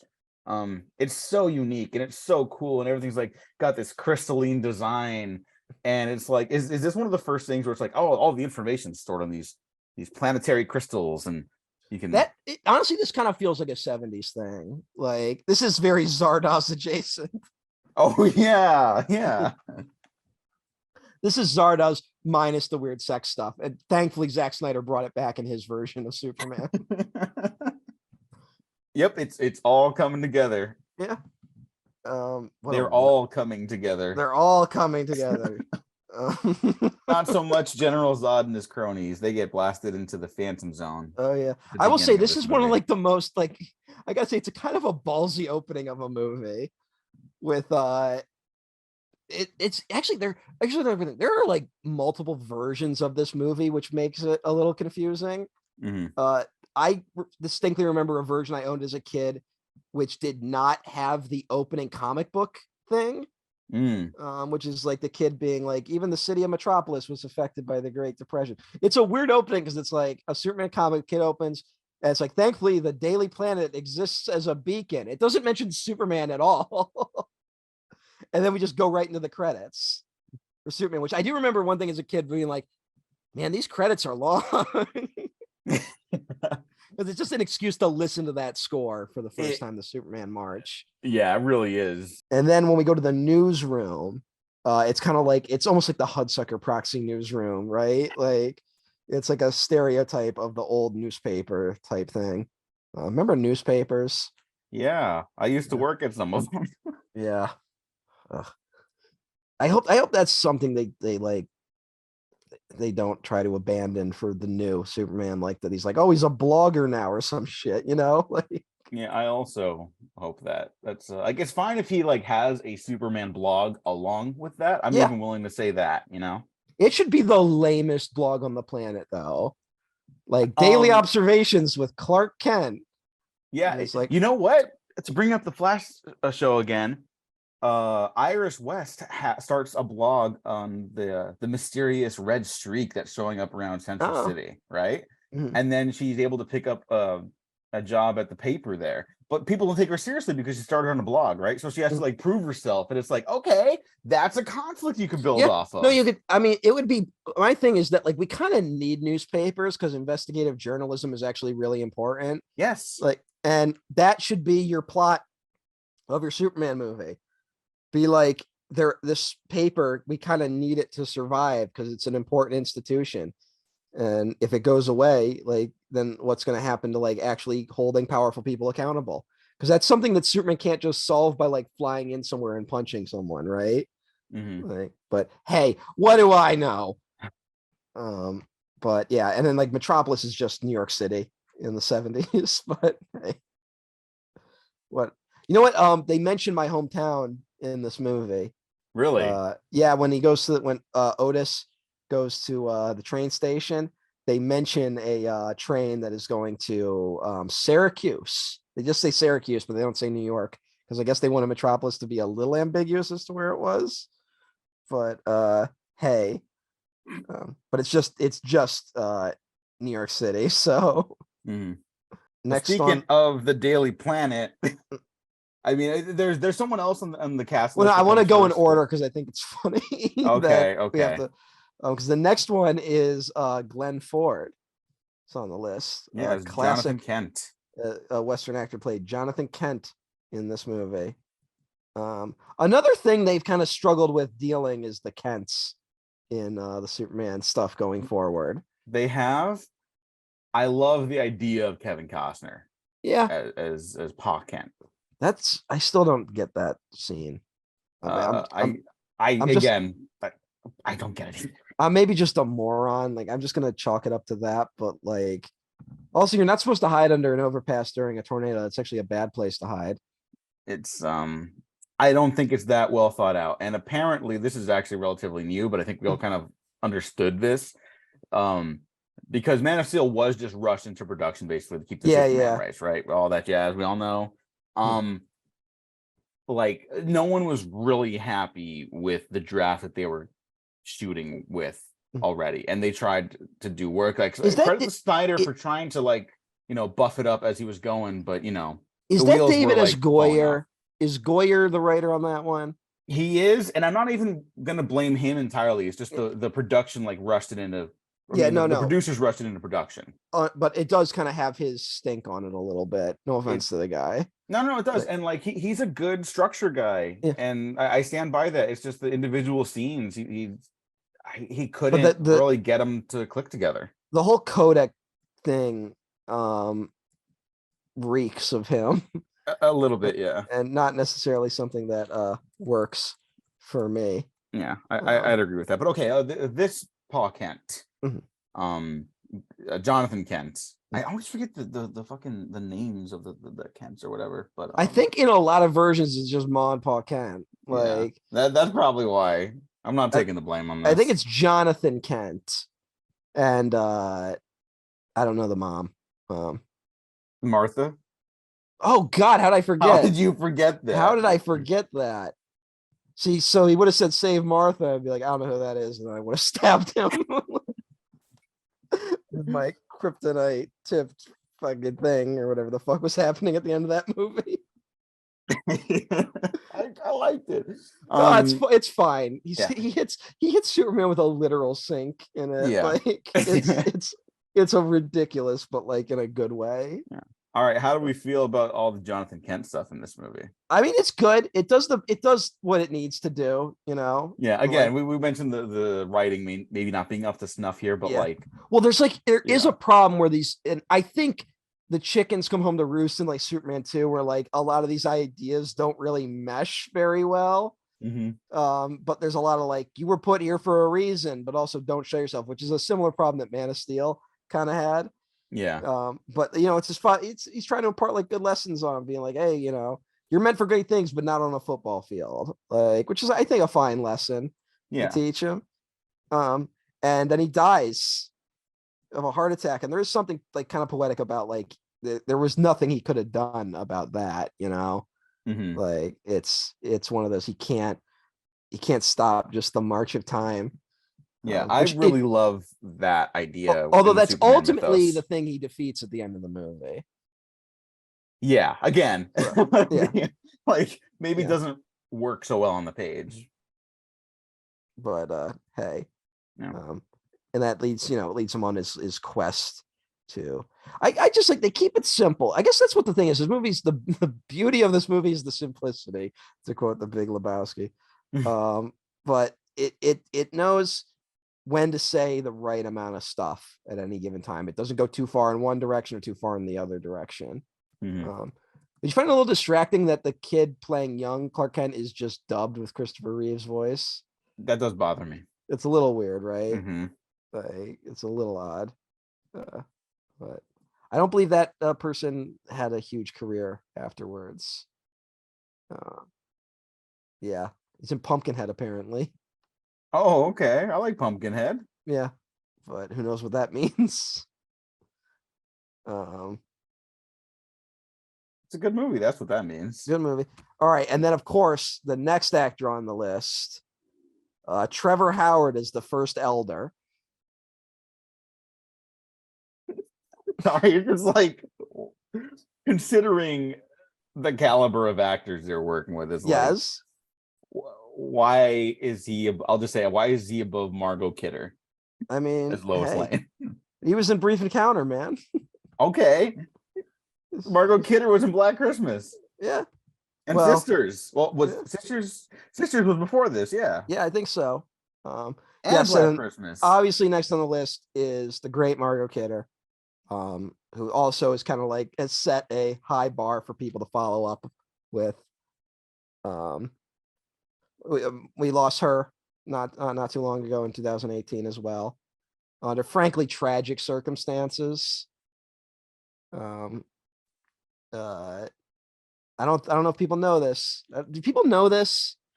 I think so. I know we know this. Her death was ruled a suicide, and part of it is her friends attributed to the poor health she had experienced in recent years, particularly following her lengthy stay at the Standing Rock protest in 2016, often during frigid temperatures. Those people were shot with hoses, by the way. So the government murdered Margot Kidder so they could build a fucking pipeline. Is what some suggest. I'm not saying I suggest that, but I have also heard that suggested. yeah, I think we've both passionately heard that suggestion. Mm-hmm. But hey, someone's got to kill the earth somehow. Yeah. What are we going to stand in the way of that? An actual hero to her last days. Yeah, literally like an outspoken activist until, And she's also like, she also very famously kind of battled her bipolar disorder, kind of an early example of just tabloid press kind of exploiting a famous person going through a mental health crisis. She had an incident, Carrie Fisher kind of went through the same arc too, yeah, where she also dealt with those things. Margot Kidder is fantastic. It's the ending of her career is very sad, but she was always outspoken, anti-war and pro the environment, and just again, it feels like they got some lightning in a bottle with this movie in terms of the casting, because she almost just was Lois Lane, like it's so. Yeah, I don't say this to make light of any of that, and I hope that that's understood here. But like, I really do think that a big problem with other superhero type stories, I mean, we've talked about it before, but I think it's worth reiterating, is that like, I don't know what any of these people believe in. I don't know what any of them stand in. I don't know the status quo of the world, so I don't know what they're in conflict against or for or whatever, right? And I don't really question any of that with this movie, even though it is a little wonky on the writing department. Yeah. Well, this movie here's the thing. I don't mean this as an insult. This is a children's movie at the end of the day, This is a movie meant for children, and it has very little kid logic. It's you pick up a cardboard box and pretend it's a car, and then you throw it. Like, yeah, it's really simple stuff. You aren't thinking about the actual mechanics of picking up a real car and what would happen if you did that. Like, that's why it's always a mistake when they try and make Superman more gritty, because it all falls apart the moment you make it too real, right? Like, you have to kind of keep that light touch to him. And that's why this movie can kind of get away with the wonkiness of it. I think it's maybe this movie and just this movie. I think the sequels even bend it a little too far at times, And even with a lot of the same people working on them, it's just like it's a little too much. Yeah. And but they'll never make a superhero movie that's meant for children ever again. Like, they're just never going to do that, I think the animation world might pick up that ball and run the animation has always had that ball, because that is 100% for children at the end of the day. I guess so. Yeah. Like, that's specifically for children or very sad adults like us. It's, it's how it is. And it's because I mean, from a market perspective, it's not like that. It won't make $1 billion if it's meant specifically for children. It's going to make, it'll make money, but it won't make all the money ever. And people are going to be like, why was that so corny? I mean, even the Spider-Man movies get that knock against them, and drives you nuts a little bit. but because it's I don't know, man. It looks so simple when you watch this movie, but then they've never been able to do it. So I guess it's just a lot harder than it looks to get this perfect tone. Yeah, I think it is. I don't envy people that have tried, Yeah. and I know a lot of people just straight up don't like Superman at this point because they think he's like Well, boring or it is whatever. kind of crazy to think about, like, again, I made the joke about like him never fighting Brainiac, which is like a whole other thing, but like we're never gonna get another just Superman movie ever again. You know? No matter what version of Superman comes, until like Hollywood really does collapse, it's always going to be he's always going to be there to support a shared universe, and they're never going to just be like, let's just do a good Superman movie. No one's ever going to sit down and say that. It's always going to be like, let's begin a new universe and do Superman, right? Hmm. Like it's and he never had the same chance that other heroes kind of had, where they were able to kind of figure their thing out before they got sucked into another world. I mean, in retrospect, it's the thing that's hurt the MCU the most, is that a lot of those characters never got a chance to really stretch, and as a result, you don't really know who they are. You know, Hmm. like what does Tony Stark really stand for at the end of the day? And it doesn't make a whole lot of sense. He's different in each movie. Like, ugh. I'll push back. I'll disagree with that a little bit, but by the end, he is a guy who only exists to try to like work himself to death. So naturally, the end of his arc is to sacrifice himself, Yeah. which is this fucking stupid. I don't know how people didn't Well, riot the with that. absence of his father is what kind of derailed his whole life. So he's just going to do that to his children. Yeah. What a Like, why fucking not? stupid. Sorry, the hacks. Yeah. Hacks made that decision. Yeah, no, it's the classic. You don't know how to end your story, so you make someone die. Yeah. Like, it's classic. Just they like, well, dying is dramatic, and Yeah. it's like, well, yeah, but that doesn't mean it's a good idea. Fucking stupid ass people. Yeah, people are dumb. Um, Yeah. this movie is. I will say just really quick, I do think we will get to that standalone Superman thing sooner than later. I don't think it'll be for the next one, regardless of whether or not I think it's going to be a good movie, Yeah, but right? the amount of times they keep doing this, they're poisoning the well, man. Like, Hmm. it's honestly, I know everyone makes this comparison, but we're kind of turning superheroes into the westerns, where it's just like we've seen it all already, and now it's a diluted product, and now only like people that really want to see it are going to show up. Yeah, that's And true. unfortunately, these like westerns you can at least do on the cheap. A superhero movie, still, you kind of need a substantial budget to get it done. Hmm. Yeah, And like it's even like the mid-budget stuff they've tried, like it does hold it back a little bit more, yeah. like not even quality wise, like it's just you can tell when it's lower budget and Mhm. people don't seem to respond to that very well. Yeah. Even stuff that people generally like more, like I don't really care for this movie, but like Kick-Ass, like Yeah. people seem to really like that movie. It like was a bomb, and like no Well, the one's first one hankering bombed, for a third one. the second one bombed, right? The second one definitely bombed. Let's see. More like ass a kick. Haha. I remember that Nick Cage Because line. Um okay, 90 almost $100 million on a $30 million budget. the first Okay. one was like a So, surprise, and the second one underperformed. yeah. It was Okay. one of those. So pretty good. But even that isn't like a runaway hit, Mhm. you know. It's pretty good. Mhm. That's it. But to me, it's like we've barely scratched the surface with Superman in movies. Hmm. And I'm not saying this stuff to be like you have to do these things. I don't want to come across as that. But we've done 6 standalone Superman movies at this point, right? Hmm. What has been in them? Superman, obviously. Hmm. Lois Lane. Hmm. They've done Lex Luthor a few times. Hmm. Jimmy Olsen was in Hmm. most of them. Perry White is Hmm. in pretty much all of them. And then Ma and Mom Pa Pa Kent. Kent. Yeah, Hmm. they're in it. No, they've done a Supergirl movie, which is its whole other can of worms, Yeah, yeah. but Which she's I never did not really. rewatch for this, by the way. I forgot to. I contemplated it and then didn't, but Okay. Apologies to the it's not. Supergirl It is movie. that movie is like offensive, but we'll Is talk it? about. Okay. Well, because it's like it's one of those where you can, it's the weird like sexism that used to exist in the industry where it's like, well, what do we do with Supergirl? And it's like, just do a Superman movie. Yeah. It's like it's just girl Superman. Just do that. And instead they tried to like, it's like you can tell they're like confused because it's a woman. It's so dumb. Right. Although I will shout out the CW Supergirl show for making Helen Slater Supergirl's mom on that show. I like that.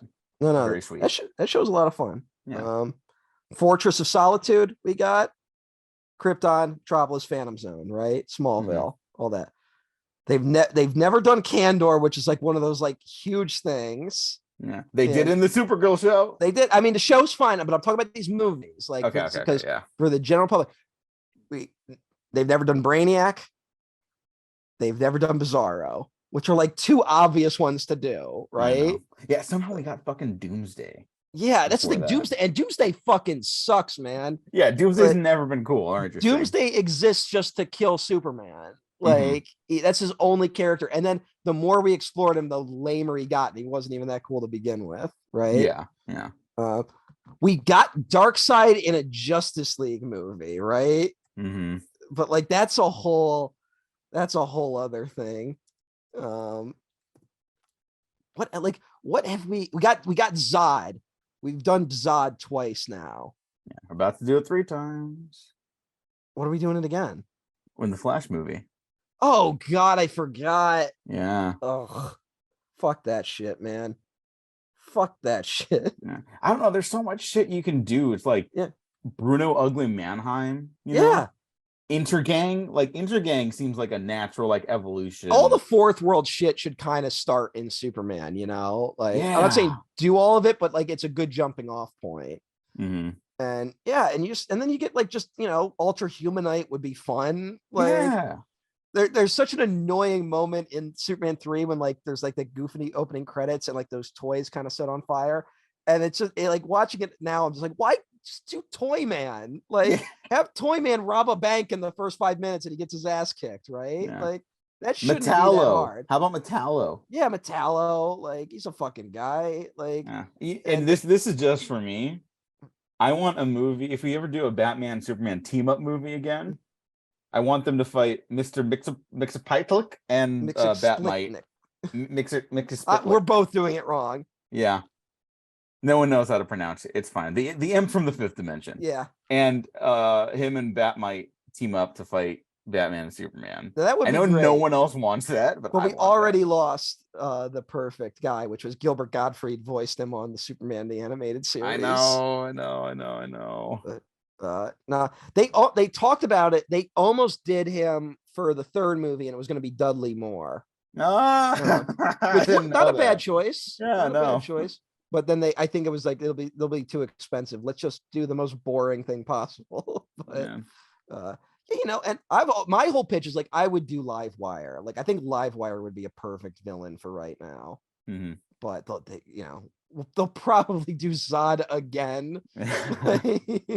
Well, it's just he's the obvious choice. Him and Lex Luthor are the most obvious ones, but also like the least interesting decisions to go with. I'm not even going to say the wrong ones, just the least interesting now. Versus Brainiac, who is like the most compelling, but for some reason people just not touching. Yeah, I genuinely don't know why. Yeah, wasn't it gonna be Christopher Walken in the unmade Nick Cage one? I think so. Yeah. Yeah, that was at least one of the names thrown around. Yeah, it's just insane to me that they just haven't tried Brainiac. Like, as a kid, I always thought the computer at the end of 3 was Brainiac. Like that's how obvious doing Brainiac was to me. Yeah, right. And it's like, oh, but it's just a computer, kind of like. And I know this is it started off as a Superboy villain, but like Rainbow Raider. Yeah.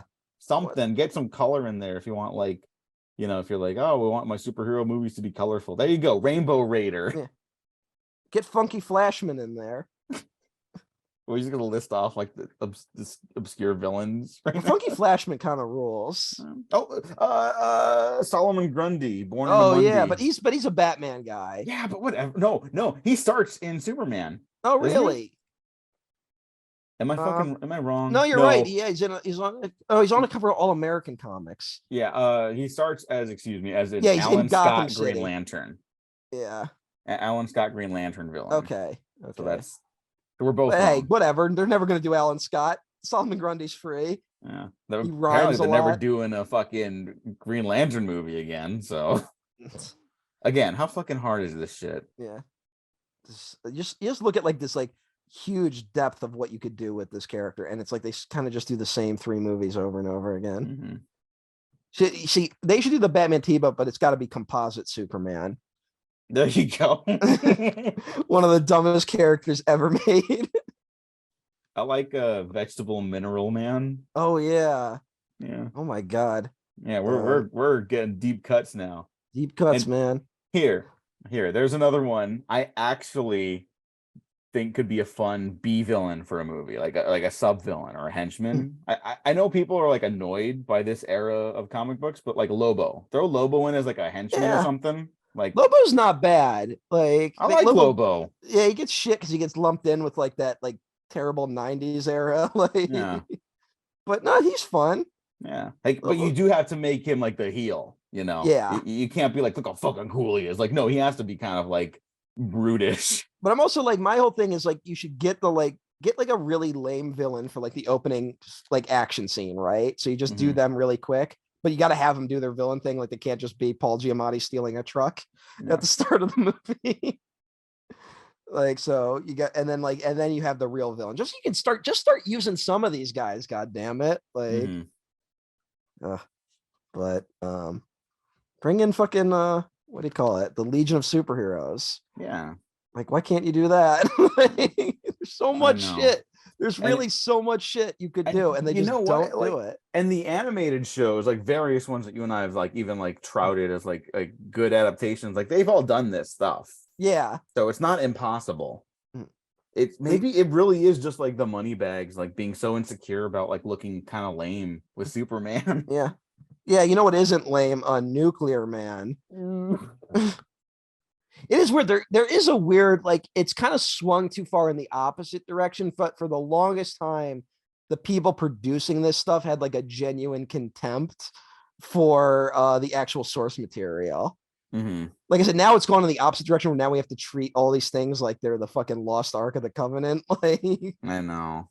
But you know, it's just just do something interesting. God damn it. Just have some fun. At least we got Lana Lang in a movie. Like, who thought that would happen? But yeah, and like she's only there because they weren't sure about Margot Kidder coming back. Yeah, they were only there because Margot Kidder and the Salkinds did not get along. That's a lot. A lot of Superman 3 is they didn't get along with the Salkinds. Yeah. Well, what's the quote from Richard Donner, like after finishing Superman, and then they're like, "Oh yeah, most of Superman 2 is in the can," and then they asked Richard Donner about it, like I don't remember what journalist or publication, but they asked him about it, and he was like, "If they're there, I'm not."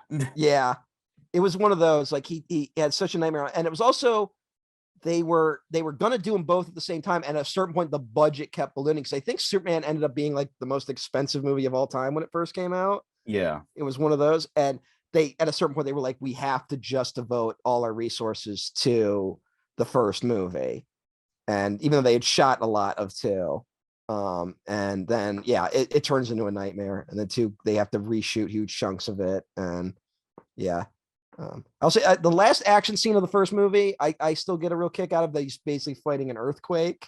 It's a fun little idea for like a first Superman movie, just him going around saving people. Superman can fly. I love that. Superman can fly fast enough to turn back time, but he can't catch those 2 missiles. Okay, but you just kind of have to not think about that. I think what makes it work is like, what's that famous quote from like the Lord of the Rings cinematographer, like fucking Samwise Gamgee asked him like, "Hey, where's the light coming from in this scene?" Like, and he's like, "Well, the same place as the music." And it's just like, that's kind of what I think of in terms of like cinema. It's like, but where does Tinkerbell's glow come from? Boo. Where does where does that come from? Yeah, I think of the emotions of the scene and what the film is trying to express. Yeah. And well, I mean, that's why Superman turning back time, and like, I mean, the build up to his like scream and like flying around the world so fast so he doesn't lose Lois Lane. and then he fights his father who's in the clouds for some reason. And also imparting lessons that don't really make sense. And then he's like, fuck it, I'm turning back time. Yeah. Well, maybe like it's because he's Superman. He's like, maybe he doesn't have to choose that. Mhm. There you go. That's me making sense of that. Well, I mean, it's a weird thing of Superman goes from, and I think this was supposed to be the plot of the two movies as one, but Superman goes from the challenge is he's all powerful, but not all. He's omnipowerful, but not omnipresent. Mm-hmm. And by the end, he technically is because he can go back in time, right? So now he's like he basically becomes God by the end of the story. Mm-hmm. And hard to write a narrative around that, but yeah, they only did it right the one time in the Matrix sequels. But oh no, hey. Those are good I didn't movies. say anything rude. Those are good movies. I agree. That's why I said they only did it right the one time in the Matrix sequel. Oh, okay. I thought you meant like one of the Matrix sequels. No, I was being genuine because that's a movie. That's a movie starring God. So yeah, and it's fucking interesting. Yeah, it is. It genuinely is. Yeah. The best Superman sequel that has no Superman in it. Yeah. But yeah, it's really good. 2, we can talk about 2 now. Oh yeah, I like this movie. I like this movie, but it's like super uneven. It's super uneven, and we have to mention the 2 cuts. Yeah. Yeah, we'll mention the 2 cuts, but I'll say that I think the big flaw of 2 is that the General Zod and Ursa and Non coming to Earth does not really fit with the plot of Lois Lane discovering Superman's secret identity. Like they feel like 2 completely independent stories that don't work together. Mm-hmm. And I think that's in both versions of the movie. So I think both are kind of compromised in that way. Yeah, I wish they messed up better, because like Spider-Man 2 does the same thing with the revelation of the secret identity, the but they were also smart to save that for the end of the movie. Yes. And Spider-Man 2, the peak of what these movies could be, basically. Right? Yeah. And so it's kind of neat that Superman 2 is like a test run for these ideas for Sam Raimi and his team to take the ball and run with it. Yeah, it's so close to being like, I think, a great movie. I think it's a pretty good one. The Donner cut specifically. The lesser cut is very goofy, and I'm not against goofy, but I think it's just like tonally just fucking all over the place. It's all over the place, but that's Richard Lester, who I am going to defend. Okay. Because I think Richard Lester is kind of an underrated director. I like Richard Lester. I think he kind of dropped the ball with these movies. Yeah. So. Well, we'll get to 3.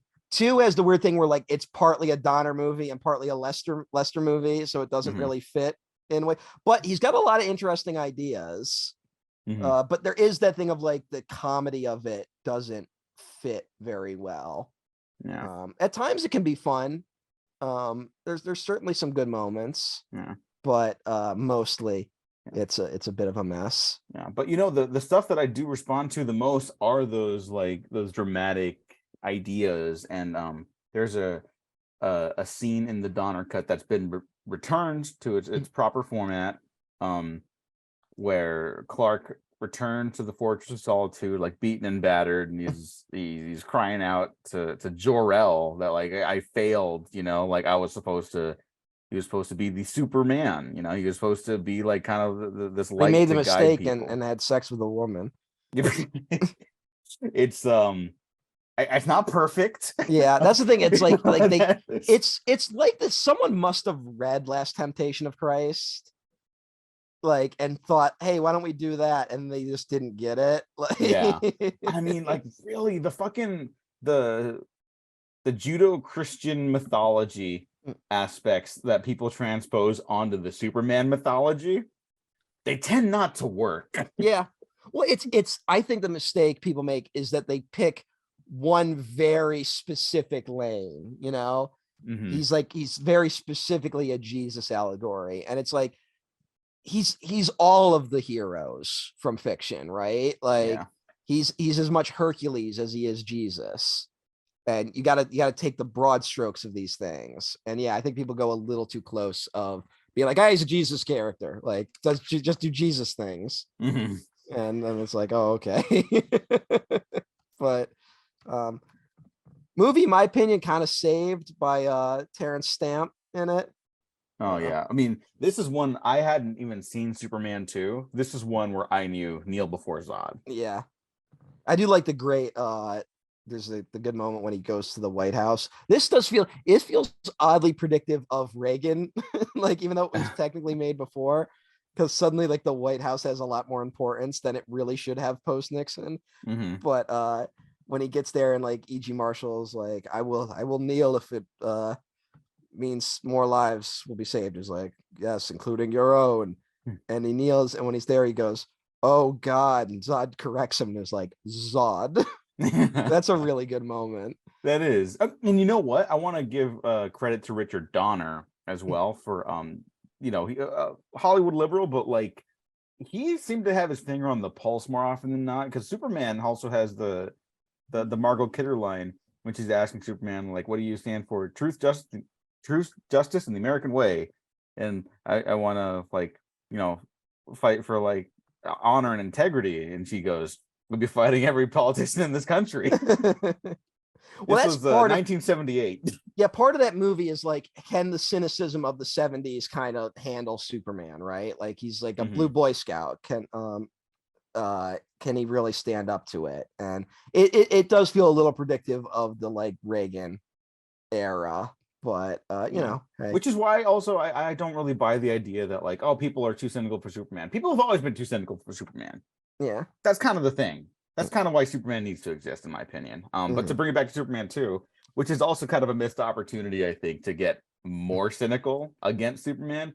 Because the conflicts here, like you're right, they don't really coalesce together. They're Yeah. kind of just separate stuff to pad out the runtime, it Well, I feels mean, like. it's also like got the ending. I think both cuts end with him going back to the bar and beating the shit out of that guy. And and you're like, that's what this movie's about. Like, it's such a weird choice, right? Like, but like a lot of this is still Donner's footage because Gene Hackman wouldn't come back. Mm-hmm. Like he wouldn't come back to do the show. All the stuff with Hackman, it's either a double or stuff they already had. Yeah. Yeah, a lot of this only recently revealed because there was like another upscale for it or something like that, like 5 years ago, right? Or whatever. And people or stuff people assumed was Lester footage, like specifically in the finale, was Donner footage Yeah. with like Luthor in the Fortress of Solitude. Like Donner shot all that. It's Mhm. just graded differently, and it's got the proper grade with the Donner cut again. And like Yeah. I think there's like different like takes that were used in the Donner cut, Well, the but he Donner cut shot is both of them. so weird because there's like alternate takes, but also there's like test footage in the movie. Mm-hmm. There's like the famous. I gotta give. I think I don't think either version is very good, honestly. But there's something more spur of the moment about the Lester version that I like. Um, Oh, you prefer it to the Donner cut? there's this one moment, Okay, but okay. Lois Lane pulling a fake gun on Superman and shooting him to be like, "I knew you weren't Clark Kent. I knew you were Superman." I hate that scene. I kind of do too. I hate that scene. I think it's so dumb. But there's also the insane scene of her jumping out the window in the Donner cut, Mm-hmm. and it's like that's not good either. Yeah. the I don't know the what the happened there. the her jumping into the rapids and him like having to strategically save her honestly feels much more like a Superman thing than her just jumping out the window and somehow surviving. Mm-hmm. Like, there's some weird choices. It's that thing of like I think the Donner cut was held up as like this has restored the original intentions of these movies because that was made in the build up to Superman Returns. Mm-hmm. I mean, fucking Bryan Singer, who we will talk about, was really putting his flag in the ground of like, I am restoring Superman's honor. There are only two Superman movies now, and one of them is the Richard Donner cut. Like, he's like, that's the version. I'm not doing a sequel to the Lester Superman 2. I am doing a sequel to the Donner Superman 2. And then you watch it and you're like, I mean, it's different, but I don't know if it's that much better. Mm-hmm. And it's got like interesting. There's more stuff at the Fortress of Solitude. I think Zod, Ursa, and Nine get put back in the Phantom Zone at the end of the Richard Donner cut. Mm-hmm. Yeah, because there was a big controversy again because Man of Steel broke everyone's brains Yeah, when people were like, "Oh, Superman doesn't kill, Superman does kill, whatever." I don't give a fuck anymore. Shut up. yeah. But like some of the footage they would return to, and they're like, "See, he kills him in Superman too. How come no one complained about that?" And it's like, one, because we Well, were then fucking dealing with this the is why fall of the American Empire. we all are going to hell when we die, because then you have to respond to that with like, actually, in the Donner version of the film, you see them getting taken out of the Fortress of Solitude. Like, Yeah. there's no way to have that argument without being a terrorist. Like, you're destroying humanity with every breath. Like, it's I think also in the Donner cut doesn't like Zod and crew, don't they like kill like a child or something? Like they kill like a teenager in one cut. I don't remember if that's actually in the movie or if it's in a deleted scene. I think it might be a deleted scene. Because like they throw something at like someone running away and it kills them. I'm pretty sure it's a deleted scene. And they were like, that was just a boy. Like that scene where they go and destroy that town. I do like that they just kill those astronauts in that one scene. I like that too. That seems to be something missing where like the villains actually do something monstrous. Mm-hmm. Like for some reason, movies seem to be allergic to doing that these days. Mm-hmm. Other than the first Shazam movie, which did it, but Yeah, which I still like. Yeah, the Phantom Zone in this is so cool though. Just it's such a simple little effect. That's what I was talking you about. say that, but I know it took them fucking forever to. Oh figure it no, out. but it's like such a simple idea, and that's why I like that opening of the first movie where it's just like comic book opening, 5-minute long credits. You're on Krypton. We're not explaining any of this shit. Like, we're just suddenly at this weird show trial of Zod. But I don't think a movie would be that daring to open that way. It isn't the original way they were going to get let out of the Phantom Zone was the missile getting thrown into space, right? From the end of the first movie. Yes, I believe so. Yeah. And is it a bomb from the French terrorists in the Lester cut? Is that what it is? Or is that just coincidentally another nuclear problem? I think it's no, it's shattered by a shockwave of the hydrogen bomb. So he throws it into space. Mm-hmm. Yeah. But hey, as a kid, I always got a kick out of they thought the planet was named Houston because of the radio transmission. Little stuff like that. It's nice. I that's my favorite stuff in the movie. There's a lot of little touches in this. And it has the classic kid logic of, again, Dragon Ball Z type shit where it's like, oh my God, there's someone just as powerful that's showing up, you know? Like, and that was always just fun. Yeah, and the premise is epic. That's probably why people keep going to Zod. Yeah. It's like, oh, there's evil Supermens, like very basic concept, but immediately you understand the threat of that. I mean, it's a fucking joke that like the only ideas they can come up with is Superman dies, Superman fights an evil Superman, or Superman turns evil. Yeah. Like those seem to be the only plots they can come up with for Superman. But hey, I don't know if there's like a ton to talk about with this movie. No. Just that the two cuts are kind of fascinating. Yeah, so like I'm looking by like the edited by credits, right? And it's obviously different because by the time you get to the Donner cut, it's a different editor. Yeah, I forgot to mention for the first movie is edited by Stuart Baird. Stuart Baird is a legendary film editor who basically works. He's still working today. That's crazy. He's edited such things as like he edited one of our favorite movies. Yeah, The Last Boy Scout, Lethal Weapon 2, Lethal Weapon 2. Demolition Man, Legend of Zorro. That's a sequel. I was thinking The Mask of Zorro, but he did The Legend of Zorro probably because that movie had problems too. Casino Royale. He did. I'll just, while we're talking about Donner, he also, a lot of the people that worked on these movies worked on Lady Hawk, which I think is a super underrated movie.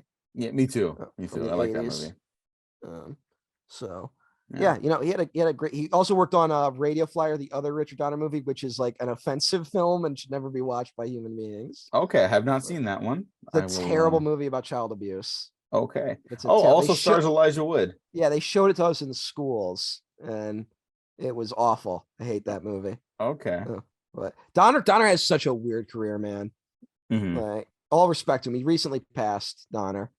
Um, but never got to that last Lethal Weapon movie. No, probably for the best. Probably for the best, but But I'll never forget a fucking producer was like touting it as recently as 2 years ago or like a year before he died. they talked about it like a month before he died. Yeah. Like it, Yeah. it was it was one of those wild things. Yeah. But And maybe this is the last bit of Richard Donner stuff because he's not relevant to the rest of this, basically. yeah, Unfortunately.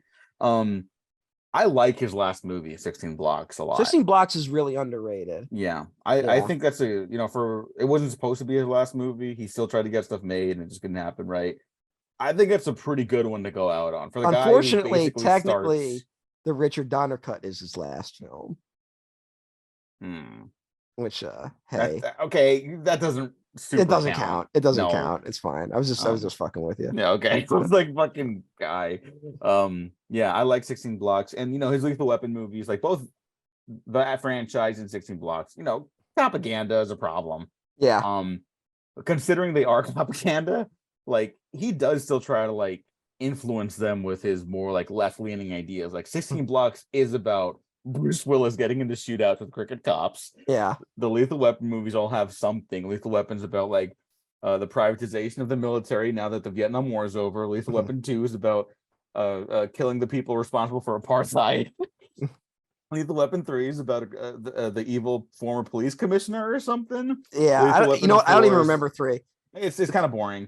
Lethal Weapon 4 is about stopping human trafficking. Like Yeah. the dude had ideas. Do had they were interesting. Yeah. Again, for a Hollywood director, is all I'm saying. We're grading on a curve here. I don't know if there's anything else we have to say about Superman 2. Not really. Um other than Sarah Douglas, please murder me. But No. Superman 3. Superman 3. What a mess of a film. But you know what? I got a soft spot for it. Okay, I understand it completely. Yeah. There is one sequence in here that I think is genuinely great. There's a fucking terrifying sequence that comes out of nowhere at the end of this movie, but we'll get there. Oh, that one's I know exactly what you're talking about. Yeah.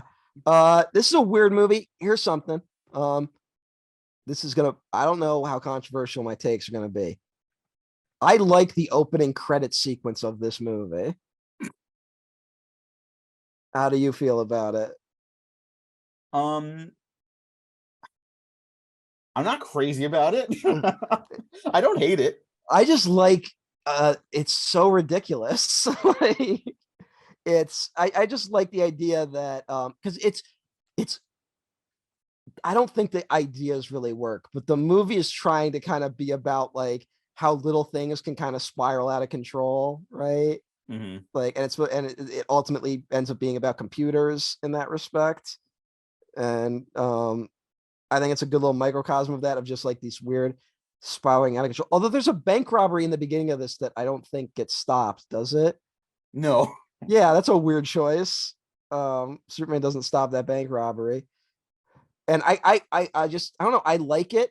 The problem is that I think that's a really funny scene. Problem is every scene ends up being like this. Yeah.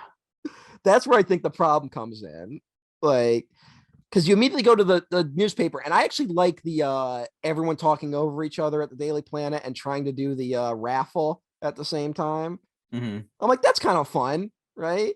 Yeah, But then it's like every scene is like that. Like every scene is some goofy bit, and it's just like, no, cut back on them a little bit. Like you don't have to get that wacky with it. Yeah, and you know what I'll say? This movie doesn't really work for me. It's got energy. It does. No, that's Lester. Lester had a great comic energy to him.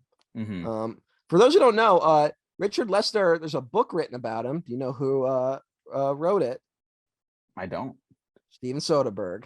Oh my God. Soderbergh's a big defender of his work. Okay, yeah. Superman. So all you Truthers. Soderbergh heads better back the fuck off. He's one of the guys. He's considered like one of the guys who like defined the swinging '60s. Like he did A Hard Day's Night, the Beatles film, Yeah, which is yeah. like a definitive movie. And he had this like good madcap energy that I think it plays well at times in Superman 3. I don't think it's something that should just be completely thrown out. Like I said, the problem I think is every scene is like that. And Mm-hmm. you get the scene where like that's the other problem is that Richard Pryor's in this movie, and I don't even have a problem that he's in it, but they should have let him play it a little more straight, you know? Like Yeah. he's actually a great actor. If you've seen him in Blue Collar, he's fucking amazing in Blue Collar. Yeah, Blue Collar is terrific. Everyone watched Yeah. Blue Collar. And he's like, it's like, oh, this guy was secretly a great actor. And then he's like, he does shit like this. And they just make him act goofy. Like he's doing bits constantly. And it's not, it gets tiresome after a while. Yeah. How do you feel about Pryor in it? I want to like him. Like I feel about the movie with him. I want to like him more than I do. Yeah. I really do. Yeah. No, I get it. I totally get it. He's got moments that are fine, you know. Mm-hmm. He's got I kind of like the opening with him at unemployment, you know. Yeah. That's kind of fun. And it's like there's totally a story there with that character. I think the funniest moment in the movie might be when he does the scam in it, like he gets all the money, and they're like, "There's someone's taking money from us out of payroll, like we're not sure who," and it's like, "Well, we'll never be able to identify him. It's in like the computer." He's like, "Only a complete moron would identify themselves." And they look out the window, and he pulls up in like a Ferrari. That's one of my favorite scenes. Yeah, and then what does he do exactly? They hijack like a weather satellite, right? Yeah, because he wants to. It's such a dumb plot with a villain who's not that interesting. Well, played by Robert Vaughn is usually dependable, you know. And it ends up being like, well, we can't actually do any of this corporate sabotage stuff because Superman will just stop it. So they try to get him kryptonite, but they give him the kryptonite that turns him evil, right? Yeah. And so then evil Superman's kind of fun. Like it's not evil Superman like Brightburn or whatever the fuck that movie was called. Like, what if Superman was an evil little boy? Yeah, basically, it's not Homelander. He's just kind of a general dick to people. Like, yeah, he's the opposite of Superman. People think the opposite is like, oh, serial killer Superman. Like, no, it's like it's the fucking loser at the bar who's had too much to drink. Superman. Yeah, which has become like a great meme. You see that one every now and then. Yeah, that's my favorite part of the movie. Him drinking heavily. Yes, it's so fun because it's just like everyone knows that's not Superman. I know that sounds like a very basic statement, but you know, to speak to the simplicity of the greatness of the first movie, I think that's kind of all you need for like that kind of conflict with this. It needs him to be like, "Hey kids, guess what? Smoking is cool." Like, yeah, it needs to be lame stuff like that, not like blowing people's heads up and shit. Yeah, you know, I mean, it's kind of why I still go to bat for Spider-Man 3. The dark Peter Parker they're definitely riffing on this a little bit in Spider-Man 3. Like, yeah, I love the straightening of the Leaning Tower of Pisa. That's a really funny choice. Yeah, see, there's good stuff here. There's the sculptor's all pissed off because he was making like little leaning towers, and then he has to go making normal towers. And, that's good stuff. Or you know what? Like this isn't in the movie, but like to me, if you want like kind of douchebag Superman, not evil Superman, right? Like maybe he's, you know, in Superman Returns, he saves the plane, right? It's the highlight of that movie. I'll just give that away for myself right now. I believe that. He's like landing the plane, right? You know that thing where the people play with babies and like, whoop, I'm gonna drop you, right? Yeah. That would be like drunk Superman to me, playing with the planets he's saving. You're like, whoa, you guys thought, you know. But which we do not get. I like the Clark Kent versus Superman scene in this. Oh yeah. I like that too. Just the image of Superman drinking steals it for me. Yeah. I was like, oh, Diego must be talking about the scene where they fight, and then you're like, nah, it's when he's hard drinking. Like, I'm like, all right. I mean, I like it too. Well, that's the runner-up sequence. It's odd. I think there's enough good stuff in this movie for me to stand by it as like a fine like matinee mid-afternoon on a lazy Sunday watch, you know. Like it's not one I'm gonna be like, I'm not gonna herald it as an undiscovered masterpiece. It's not even close to that. But there's also there's the scene where Gus, he has to get the guy drunk so he can start using their computer, right? Mm-hmm.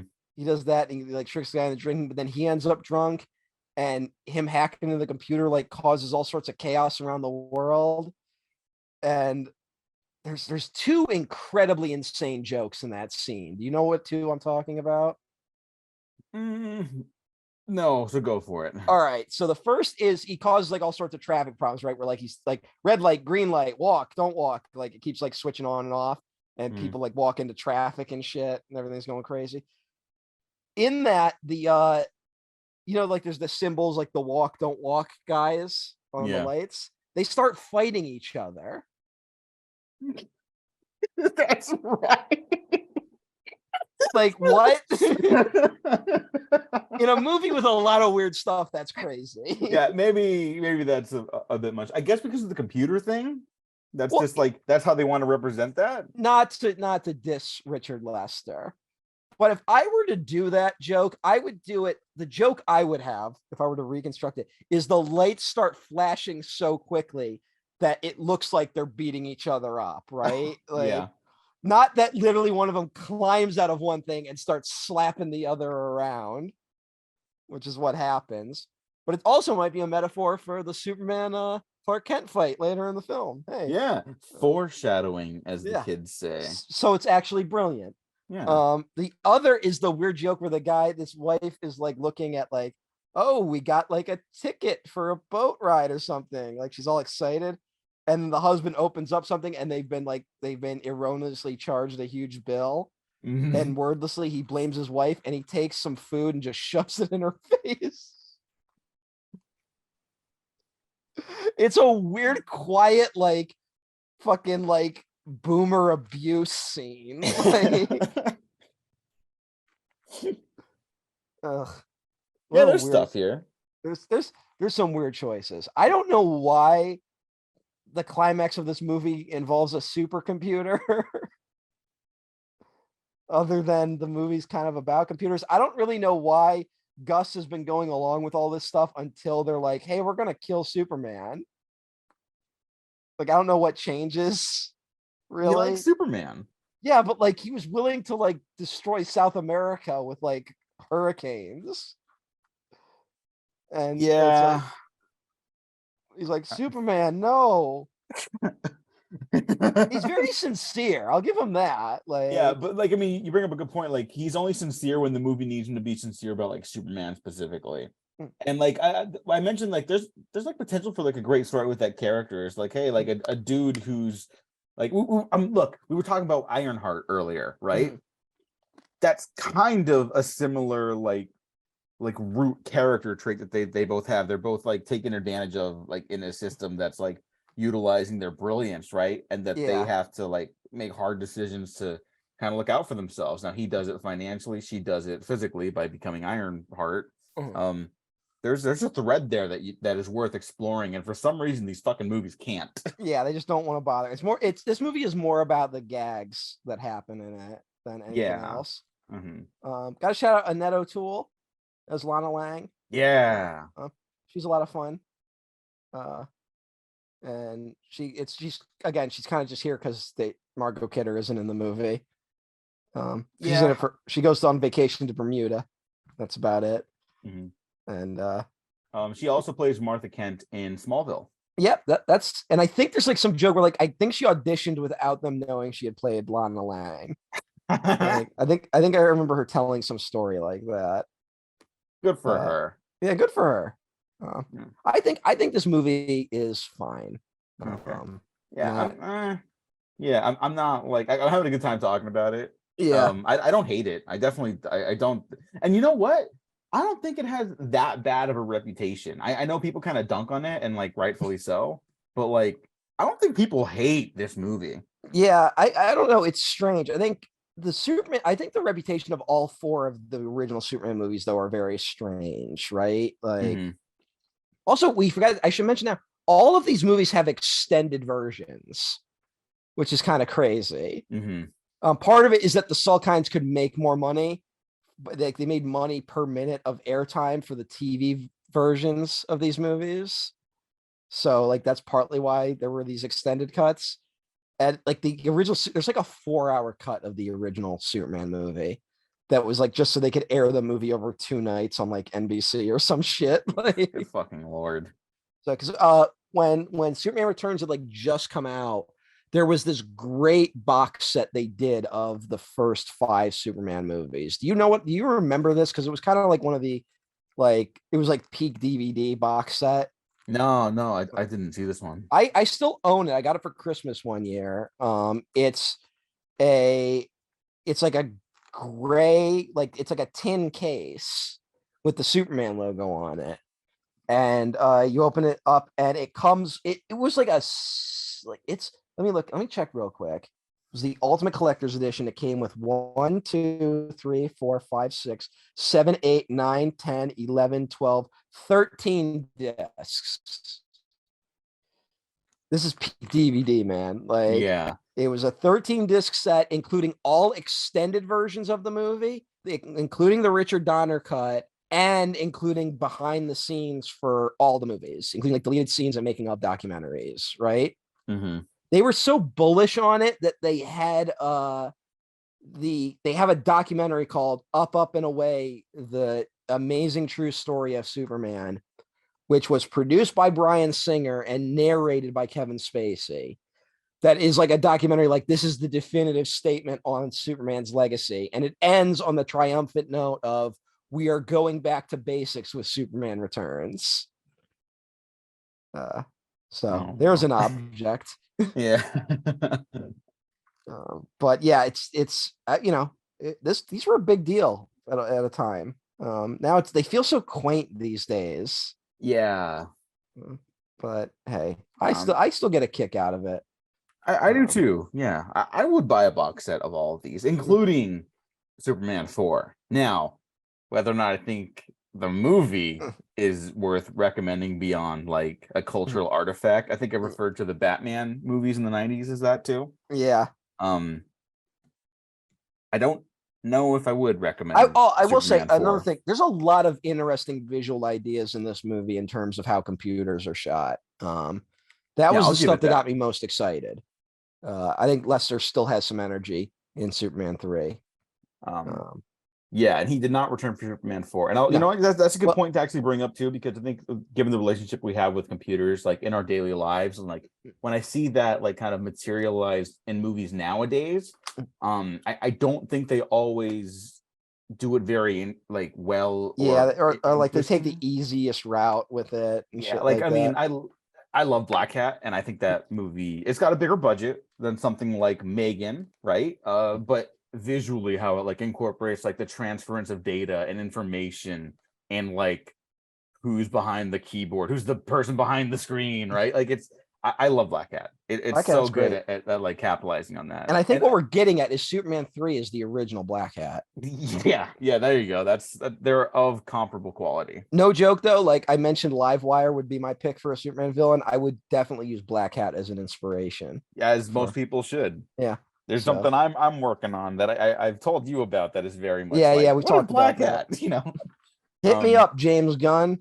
yeah, So before we get to 4, we just have to briefly mention that the Salkinds were kind of surprised that 3 was received so negatively because it got like kind of savaged in its time. And while it made money, it didn't do nearly as well as the previous 2. They pivoted to Supergirl. They tried to do a Supergirl movie. That the production of that movie is its own little disaster that isn't worth going into. Where they went through like 4 different directors at a certain point, and they kept rewriting it, and it basically had no script by the time they started shooting. Um, yeah, Helen Slater she does a fine job. The movie's bad. It's not her fault, right? yeah, Like yeah, she could have been a really good Supergirl, but the movie's kind of a mess. yeah. Uh, After that, they also did it's kind of funny. The Salkinds, the other movie they do, in the sense they're kind of just doing Superman. The other movie they do is Santa Claus the movie. Have you ever seen Santa Claus the movie. No, but I have seen The Santa Claus. No, it's not even, it's nothing like the Santa Claus. Okay. It's basically attempting to do for Santa Claus what Superman the movie did for Superman. What? Yeah, I know. It's a wild little movie. It's kind of not good, but it's fascinating. Um, and I think the villain in it is John Lithgow, who's like a businessman trying to steal Christmas or something. Okay. Yeah.